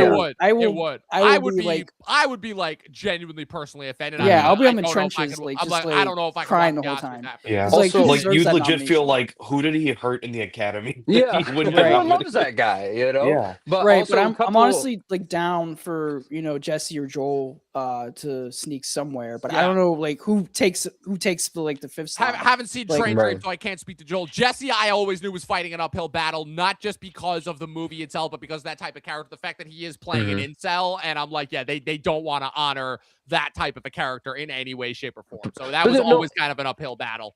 In any other year, though, I think he could have easily gotten in. It's just such a tight race this year. But I do want to say a couple of things too, which of course I'm blanking on. So we'll come back around to that. It's just so funny. I guess the biggest thing for me about Best Actor is how wide of a category this seemed at the beginning of the awards race. Like this is an award ceremony where at a certain point it seemed like The Rock was getting in. It seemed like Jeremy Allen White was getting in. Way at the begining, it seemed like George Clooney, Brendan Fraser. Who am I missing here? Like all these guys, and now the fact that it has just been reduced down. So the Byung Hun Lee was in for a while. Remember we had like a moment with like Daniel Day-Lewis. We were just like, oh, he's coming back. Oh yeah, and he would deserve it too. Right? And yeah, he's coming back, and he just never came back. As soon as everybody saw the movie, they're like, "Yikes! What happened?" It's the only reason I liked the movie was how great he was. That's the only reason. Right. What I heard is the only reason to watch. Or dude, even like Colin Farrell. Remember like earlier in the year? Oh yeah, that's right. He's acting as he's shitting, pissing, and crying in that one too. Yeah, right. But I know what I was going to say. But well, I was going to say real quick, like I think with Best Actress, they are more willing to give it to younger people like Brie Larson and Room or Mikey Madison and Nora, but they like gatekeeping the guys specifically in Best Actor. Yeah. So all right. So if there are no other potential guest surprises, we will move on to my other very, very contested category, which again, I still do not know who the final 5 will be because it's a little bit better than supporting actress. Supporting actress, I had 2 locks. Director, for Best Director, I only have 3 locks right now that are dead set getting in tomorrow. That's Paul Thomas Anderson for One Battle After Another, Ryan Coogler for Sinners, and Chloe Zhao for Hamnet. Those are my only 3 locks right now for Director. The other 4 potentials that I have right now for those last 2 spots, Guillermo del Toro for Frankenstein, who I think is pretty safe to get in. Jafar Panahi for It Was Just an Accident. Josh Safdie for Marty Supreme. And Joaquin Trier for Sentimental Value. So what are your guys' thoughts on who I have picked? So you, real quick, you guys reacted with some skepticism when I said that Chloe Zhao was a lock. Yeah. Yeah, I don't think Del Toro's a lock at all. Now, don't get me wrong. I didn't say Del Toro was a lock. Not that Del Toro was a lock. Chloe Zhao is my third lock. Okay. Del Toro is not a lock right now. Yes, I agree.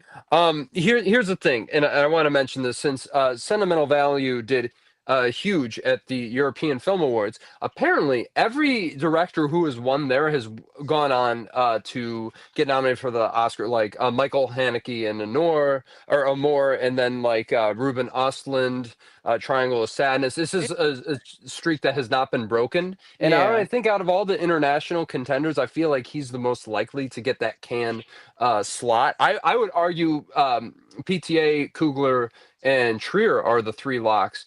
Trier more than Zhao, more than Chloe Zhao. Yes. Yeah. I actually, this doesn't make sense. Okay, hear me out. It doesn't make sense to me. I have Zhao missing right now, even though it won drama at the Globes. Yes, because, we have to remember this happened before, right? Where Three Billboards, I believe, was that in the same? It was in the same category as Paper Water, right? I remember this now because Three Billboards was the 5th DGA pick, but then was not nominated for director for, I don't remember who it knocked out at DGAs, but then it was not, Martin McDonagh was not nominated for director. It was PTA, I think. For Phantom Thread. That's right. Yeah. Paul Thomas Anderson, again, because Phantom Thread, I think, had the Testament of Van Lee spot, and that one just came in and stole, and out of nowhere got all those awards nominations. You're right. So it's like, I feel like with Zhao, like, even though it won the Globe, like, this has happened before, and it's not, and it would be a deserving nomination. I'd love to see it, but it's not the most, like, it's, you don't need to nominate it, because I just feel like it isn't as showy as maybe some of these other movies, like the way Josh Safdie has been stitching, the way he stitched together Marty Supreme, and A24 hasn't missed a nomination like that in a long time. They always get one of their directors in. I want to predict Safdie. So I want to predict Panahi, just because, he's obviously very vulnerable. We're not, and also I have money on this, so we're going to find out if I win that bet in the morning. Damn. Yes, I do, and Ryan knows about this, and so I just think that it won the Palme d'Or.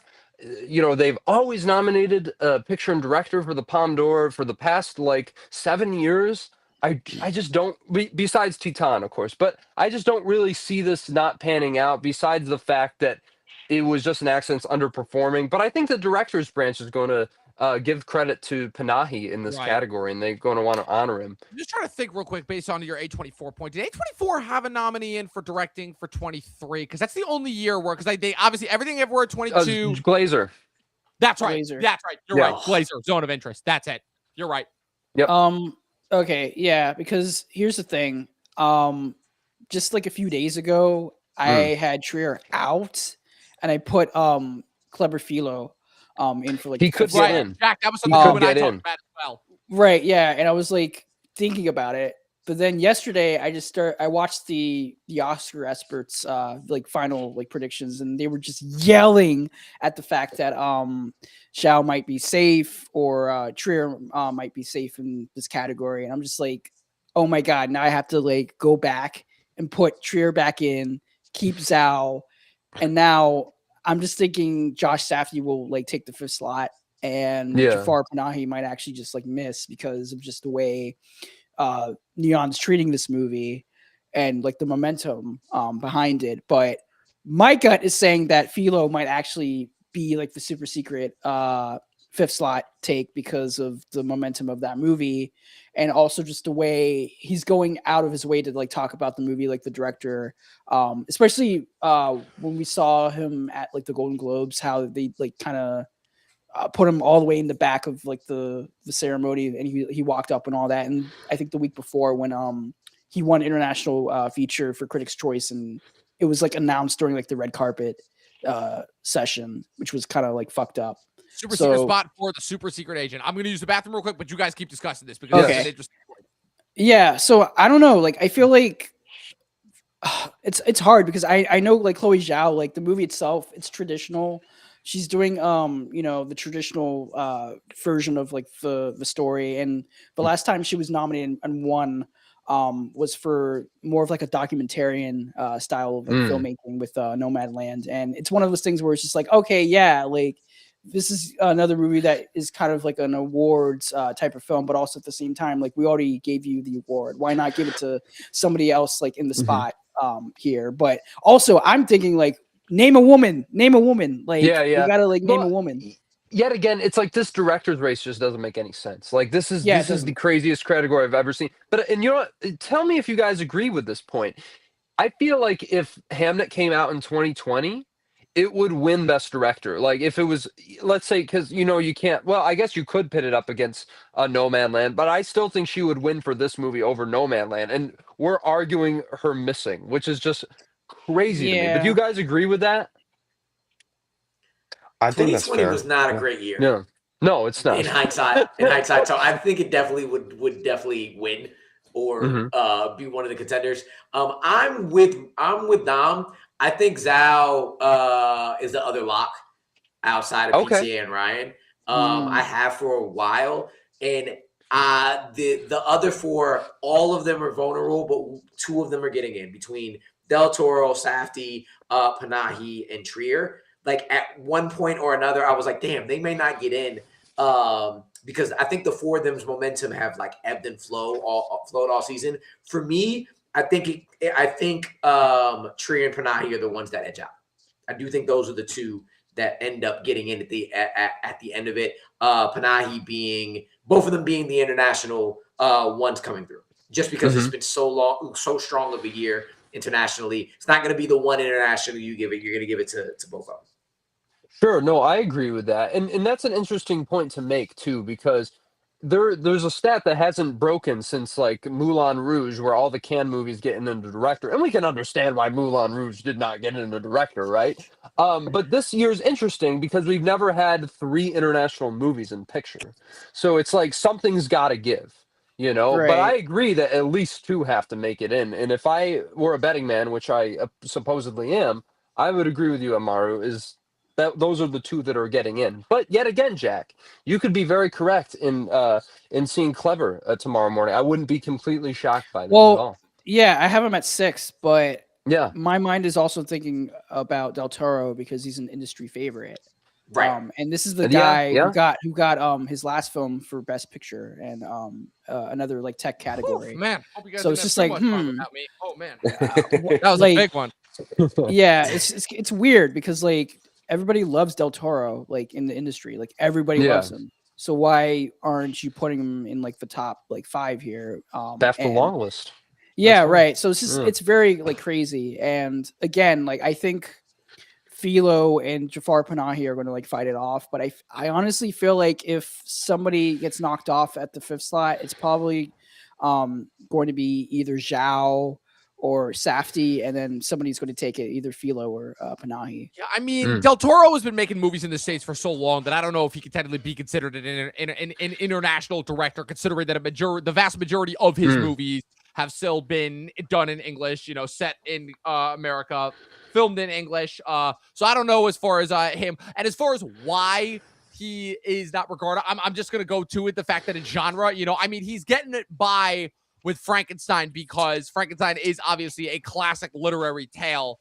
And the fact that he is so perfectly suited to his sensibilities as a director, and that can kind of like break through the Oscar genre curse. How do you get a genre piece through to into the Oscars by putting it in one of the 10 categories that they only ever seem to look for with movies? So that's kind of why I'm not ruling him out. I mean, it could happen, but like I said, it's just I'm really still lost as far as these final 2 spots. Josh Safdie, I feel like is a little bit of a sleeper pick because you're right. A24 doesn't really have another nomination outside of him, and they haven't missed so far this decade. But it's just, for me, it's just the cavalierness and FU attitude that Marty Supreme has in general towards people of a certain age and demographic, which is why, to me, I feel like outside of Timmy and the inevitable Best Picture nom, they're going to try and squeeze that movie out wherever they can. I'm hoping, specifically with Best Director, I'm hoping I'm wrong, and I feel like that's place where I'm talking the most out of my ass,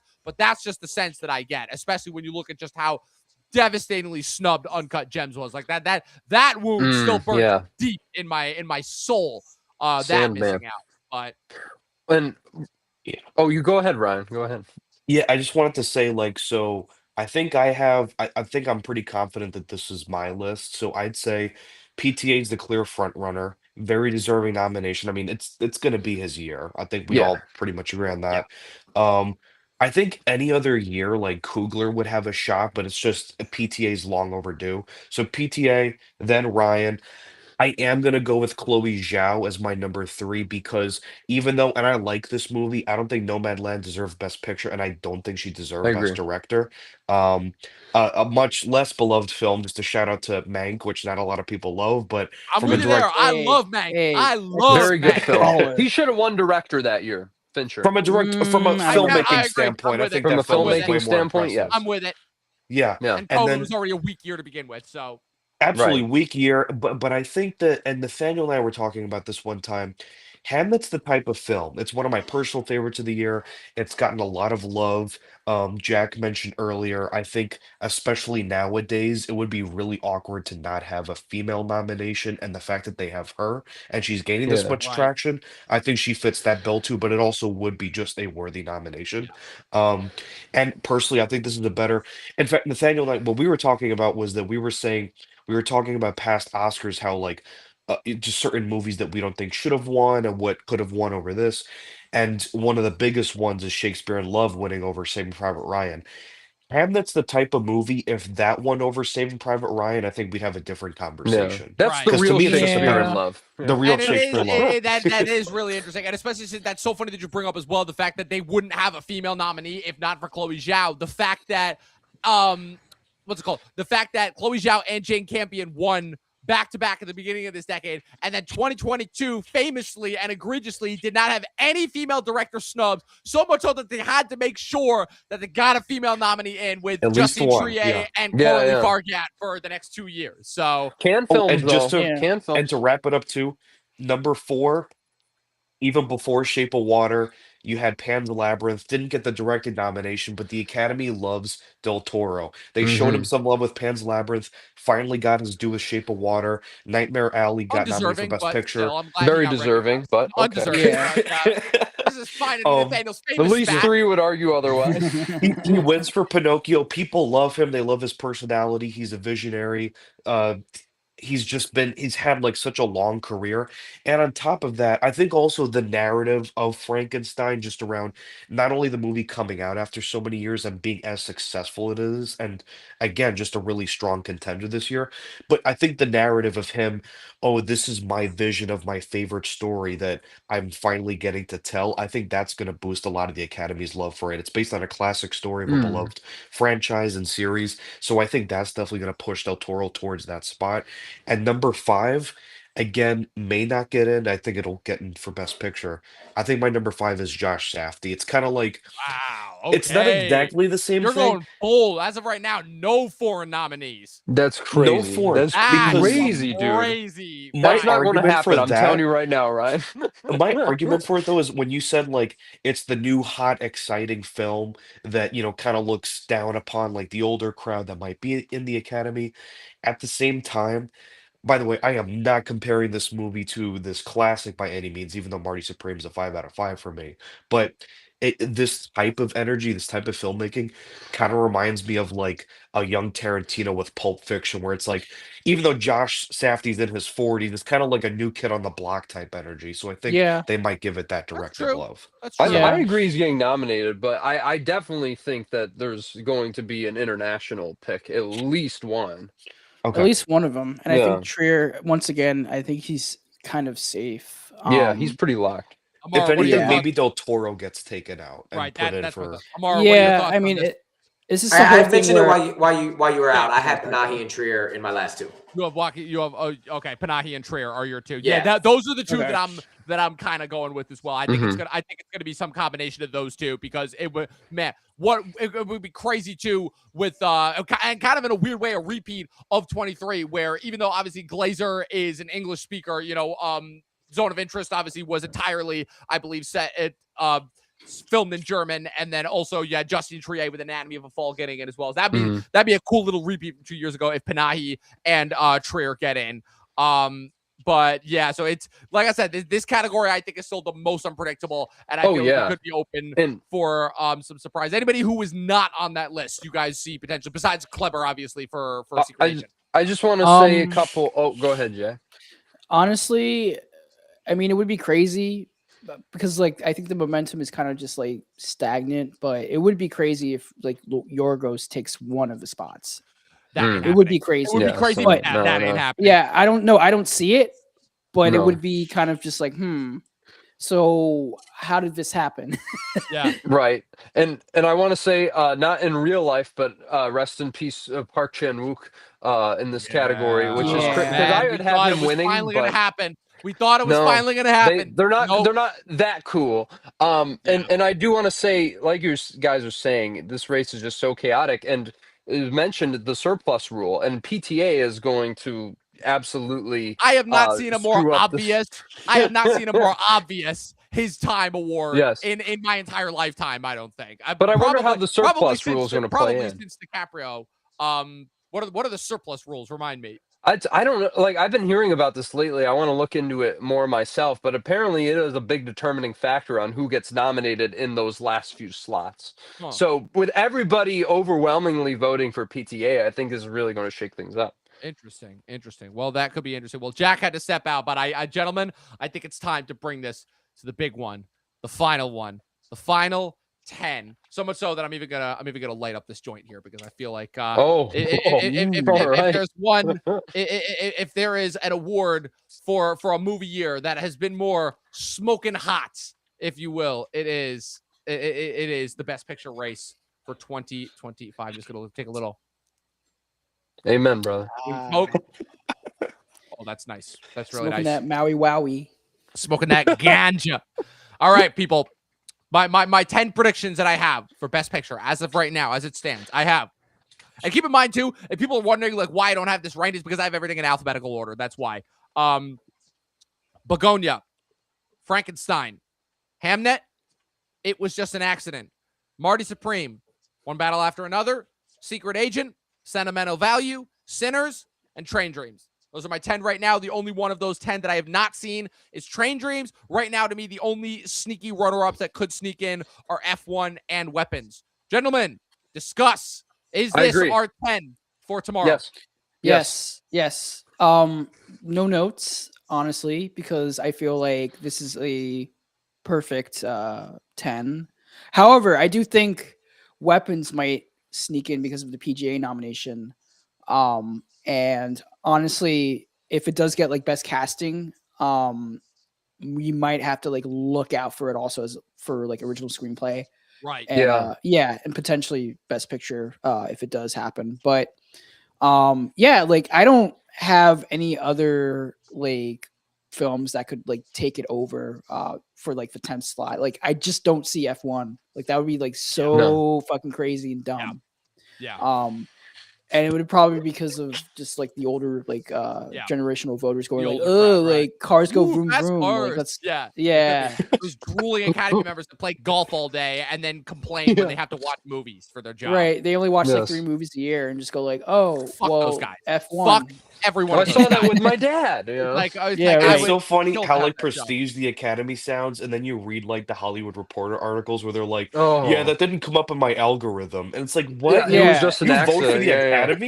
The amount of people who voted for the Brutalists when they were caught on the record admitting that they didn't watch the whole movie is insanity to me. And I'm like, you were home, you had a screener, you could watch this whenever you want. I digress. At least they're trying to enforce it this year, right? You know? A little bit. I just lit my joint up, and I want to be chillaxed. I don't want to be infuriated by the stupidity of Academy members. Amaru, Ryan, your guys' thoughts? Any potential sneaky upsets for Best Picture? I unfortunately don't think it's changing, but this is my big swing, and I've mentioned it already, and I'm gonna mention it again. Begonia's out. You think Begonia's out? That's the one that I am going to say is the sneaky, and I'm going to agree with you on that. That gets out, and Weapons gets it. I'm with you on that because I'm looking over these 10 movies now, and of those 10, that's the one that has the highest chance of getting knocked out. I feel like that is number 10 on everybody's list and has only been in because it has been nominated for all those precursors that people were worried about. Ryan, what are your thoughts on? Oh yeah, sorry, keep going. Yeah, I was just saying it's what I said. It's the we all like Yorgos, we all like Emma, we all like Jesse, we all liked this movie. We should vote for it, but should we? Should we vote for it, or should we let weapons come in and take it out? I don't believe it's going to happen, but that is my swing for this entire prediction list. Is Begonia's out, weapons takes its place. I'm with it, and it's funny too because I think that the Academy, it's kind of crazy for me to say this because I feel like I am very much in the minority when I say this, but I feel like they rewarded Yorgos very heavily for Poor Things, understandably so at the time because, Poor Things also came out in 2023, which I feel like was this big comeback post-COVID, and his last really big moment had been The Favorite. But I think that they kind of screwed up in their mind, it was because they gave Poor Things all that love. It rewarded Yorgos, I think, a little bit too early. And Begonia, which I think is objectively his best movie so far that he's directed of his entire... Wow. Oh, I've been very on the record. Begonia is my absolute favorite movie that Yorgos has directed so far. Fair. I don't know how well that take will age, especially given once he eventually comes back from his hiatus and makes his next movie. Who knows? He could one-up it. But Begonia is my favorite movie that he's directed so far, without a doubt.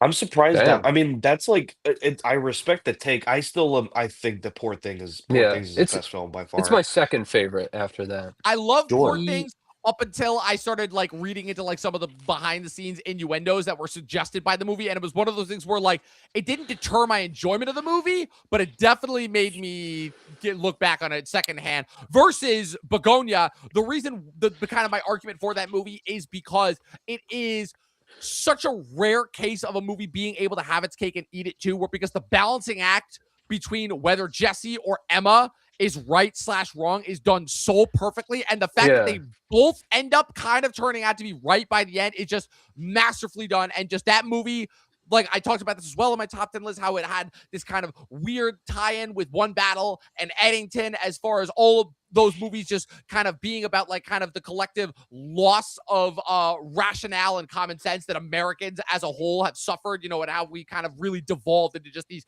micro groups that are just now just completely willing to just, it's like Eddington was for the right, One Battle was for the left, and then Begonia was for the the non-plus disenfranchised ultimately. And I will always give a shout out to my buddy Mike Alvarez for coming up with that take because that's cool. Because it's a really, really good take, and I think it's one that not enough people are talking about. That and the Toxic Male Friendship Trilogy also being low-key one of the best modern trilogies of movies that should not have linked together at all, but somehow did, and we ended up being for the better for it. Seriously, like, if you guys ever want, do yourself a favor, watch Friendship, Lurker, and Twinless. Dude, that's what I was going to say. Back to back, yes. Uncanny. And the fact that Lurker and Twinless were only a month apart is insane to me.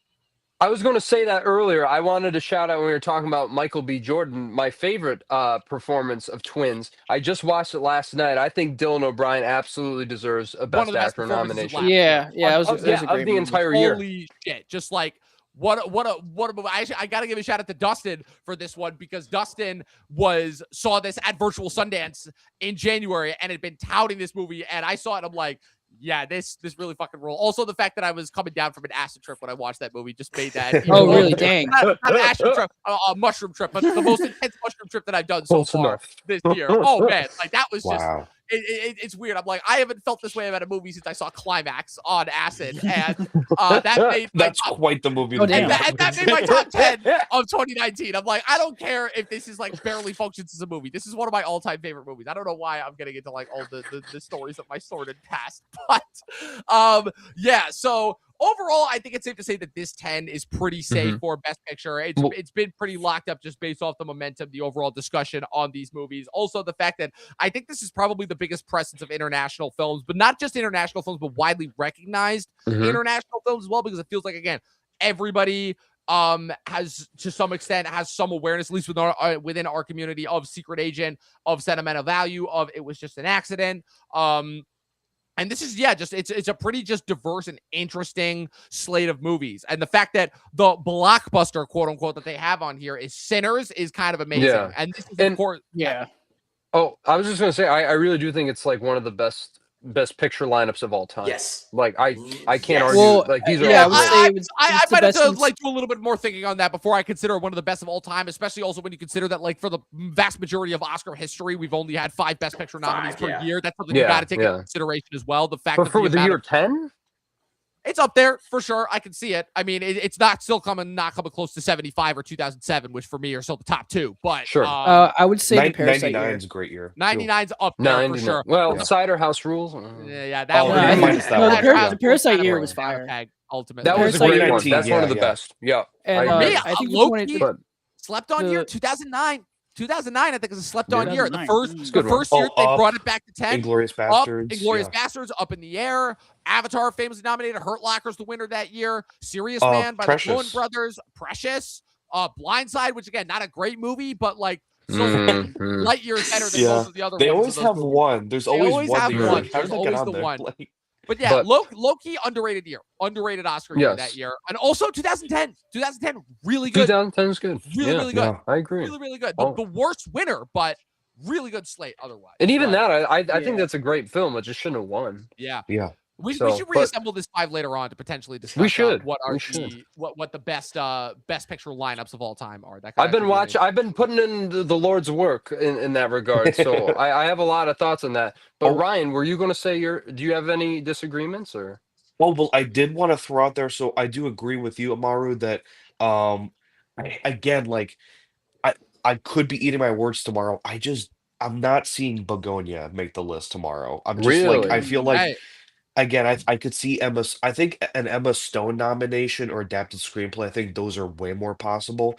With Best Picture, I think it is something where it's like, oh yeah, we love them, they're great, and then they just kind of forget to nominate it because it just didn't have the conversation. F1, I kind of want to throw a monkey in the wrench there and say F1 just because Mm. again, as Jack said, it is the big car goes fast movie, but it Best dad movie in a long time. Well, okay, Yeah. it's like the way I'm thinking it also as well. Surratt actually did really well at like the short lists. Yeah, oh, but It, so it did popped up Wicked, like though. 5 Not sleepy times. 10 pick. Oh yeah, Wicked for Um, Good. How can we forget? No. Yeah. But no, listen, like I feel like that film Surratt, like it's one of those like lower tier like international picks this season, and I would say also again like No Other Choice. But Yeah. that film again is Yes, kind of please. going off. Which should be all Yeah, no, over I would, this I would, award I would season. either For love like No Other real. Choice or Surratt to take Should it, get or, like 6 Weapons to take, like, the nominations. 10th. And honestly, like my personal like gripes with like this 10, I would honestly take out like Train Dreams. Like that's my Really? because honestly, like the way I think about it, I'm just like, oh, it's just like a Terrence Malick like rip off movie. Like I don't really No, it's yeah, no, yeah. Like No, I it's didn't have like it's a different enough. It's different enough. Fight, it's Ryan, more back fight, me up. fight, Maru, fight, back me up. fight.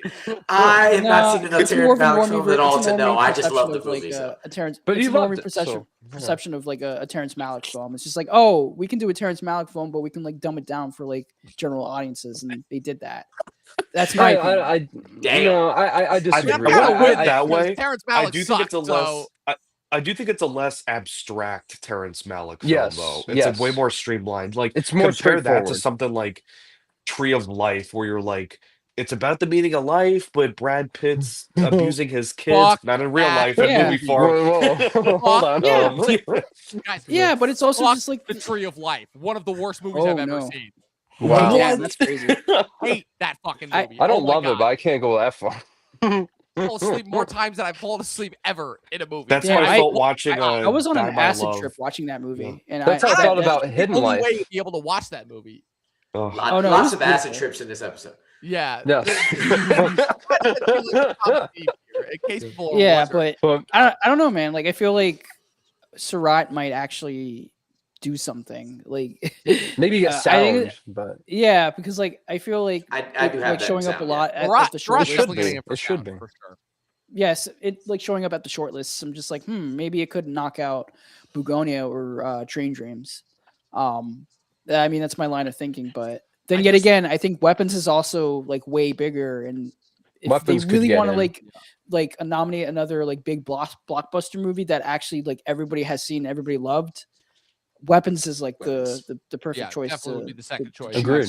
I just thought of something else as far as like for why F1 specifically could take Begonia's spot, and it's going to be for the dumbest fucking reason, but bear with me. If so, right now Begonia, right, because they always list off the movies in alphabetical order, right? Right now, Begonia is sitting at the top because obviously of its placement.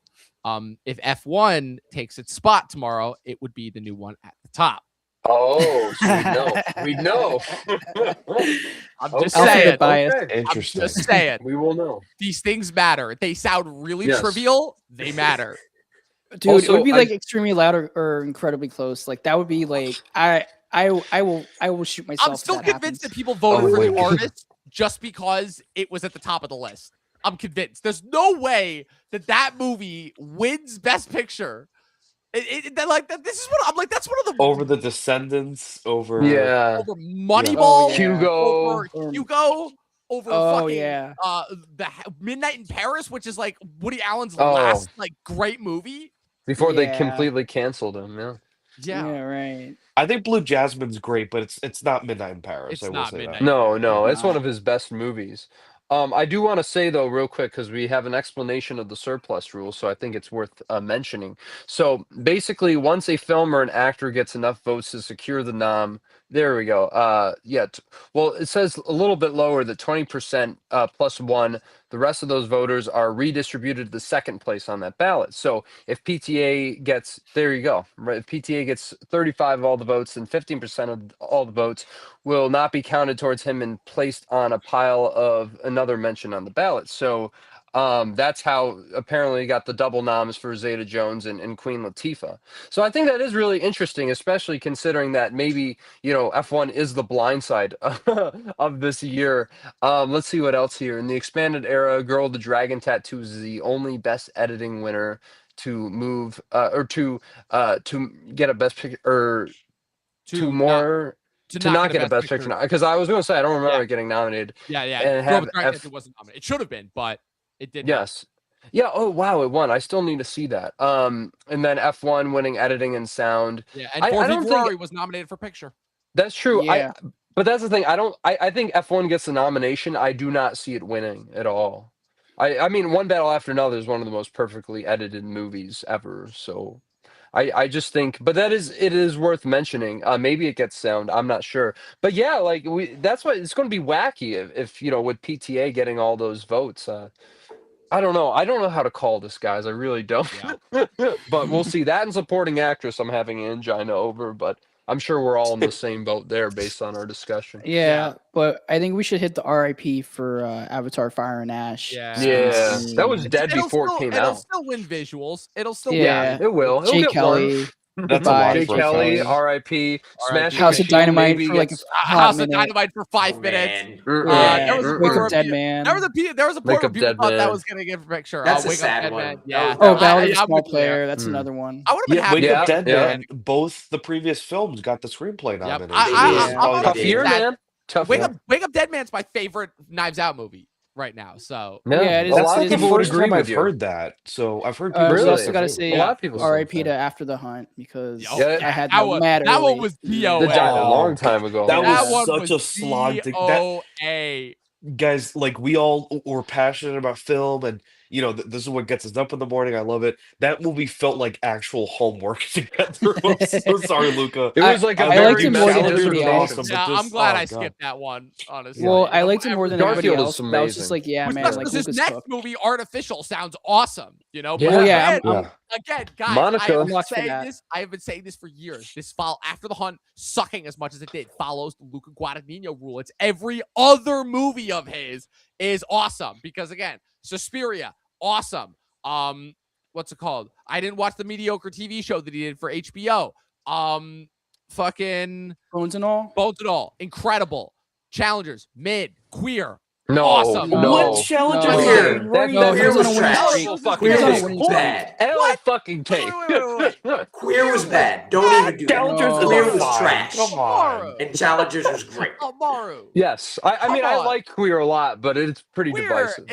Queer. I'm like, I came out of that movie. I'm like, this is That automatic. was the slog to get through. I was just sitting there like, is this not over? It's not over. Shit. Sorry, Jack. That's cool. I Cool. was So, going like, he's on a winning streak, and then like after the hunt happened, and kind of just like and just I- derailed. but he's, it. he's Just coming back this year Collectively, with, that's just artificial. He'll come back so- next Yeah. year though with artificial. Well, yeah, I'm betting on Artificial that. is as good as I hope. Here's the thing though: who is going to be the better evil CEO next year? Andrew Garfield in Artificial, or Jeremy Strong as Jesse Eisenberg in The Social Reckoning? Written and directed I by think Aaron Andrew Garfield. Sorkin.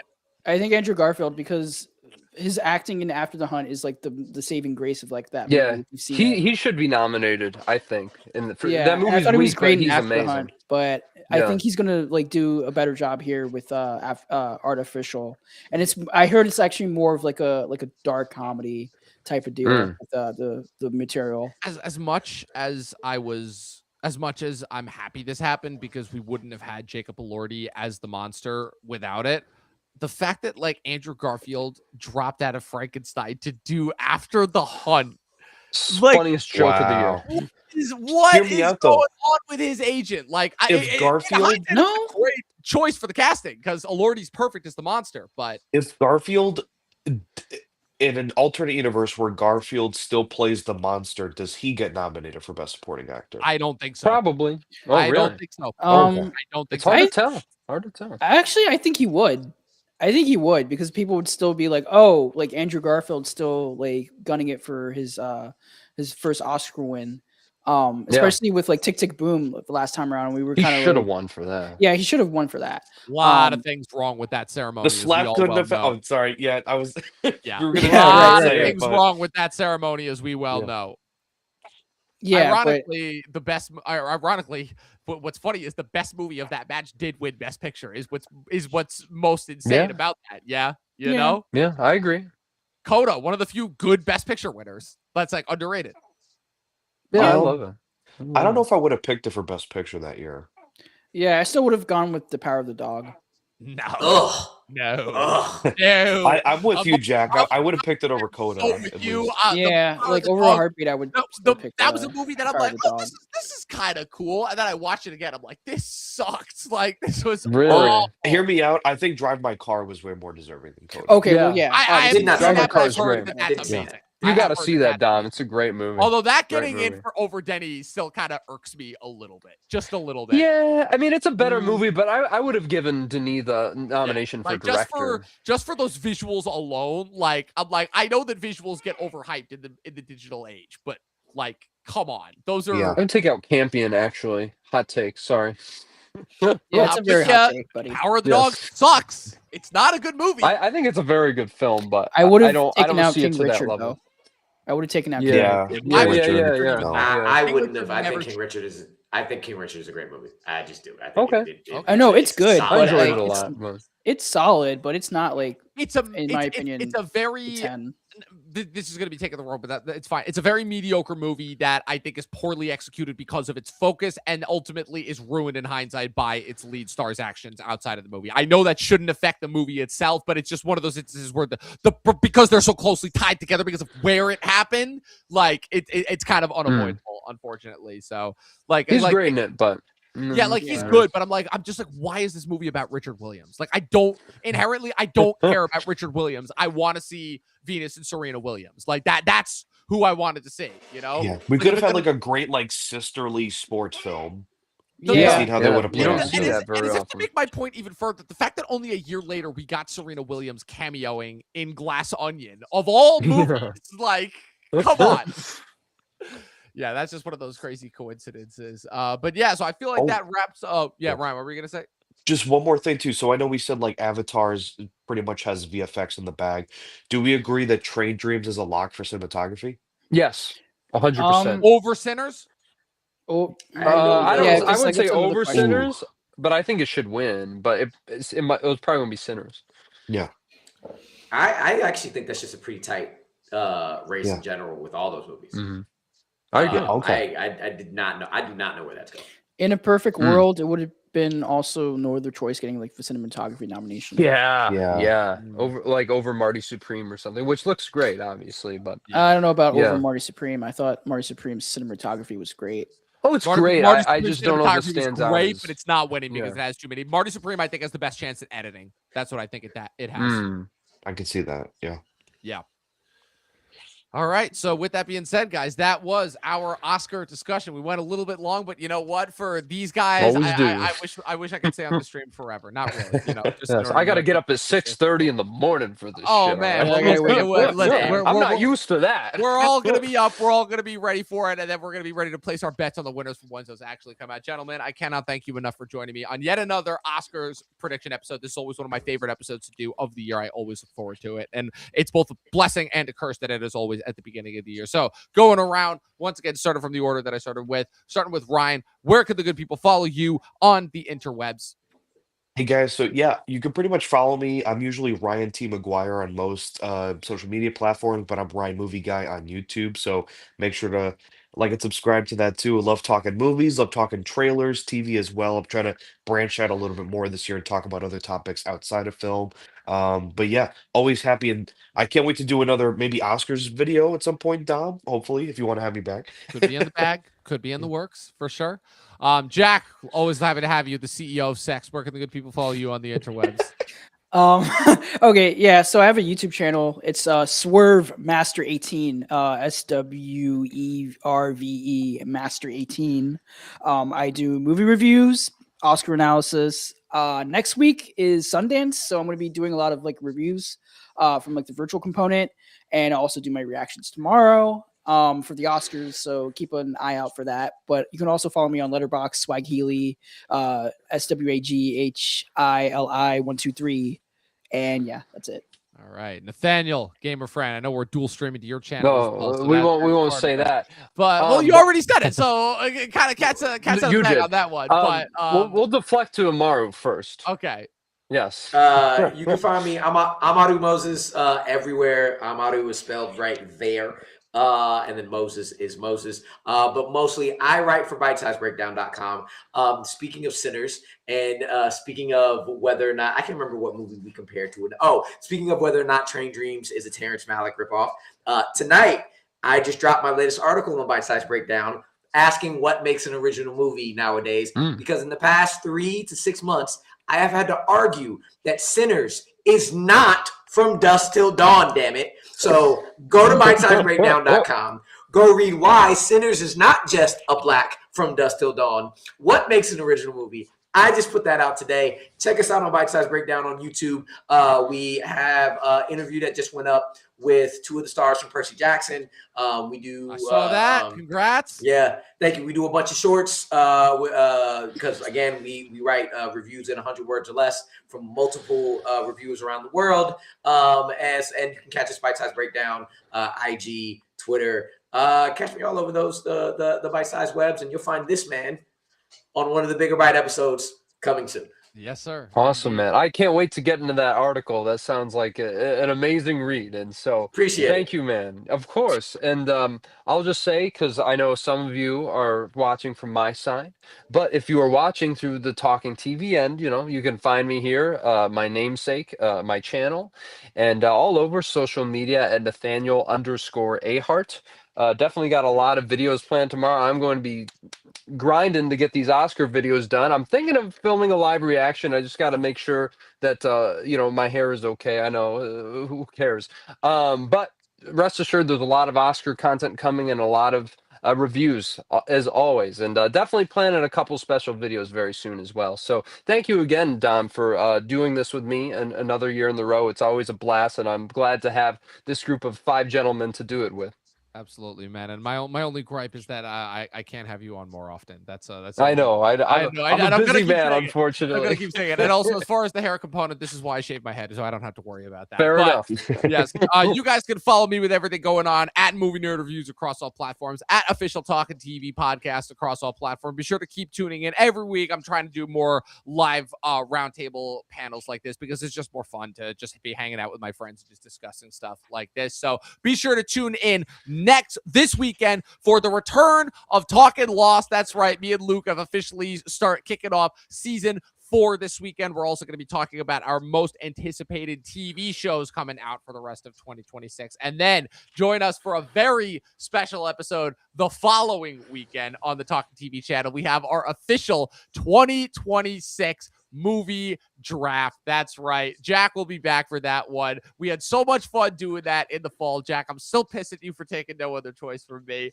I'm never going to stop bringing that up. We had so much fun doing that in the fall that I was like, we should do this for this year, but for the entire year, because, man, there are some interesting movies to choose from. So I hope that all of you tune into that. Be sure to follow all of these gentlemen on all of their social media platforms, their YouTubes and whatnots. And as always, people, 12 seasons in a short film, and watch more fucking movies. We'll see you guys next time.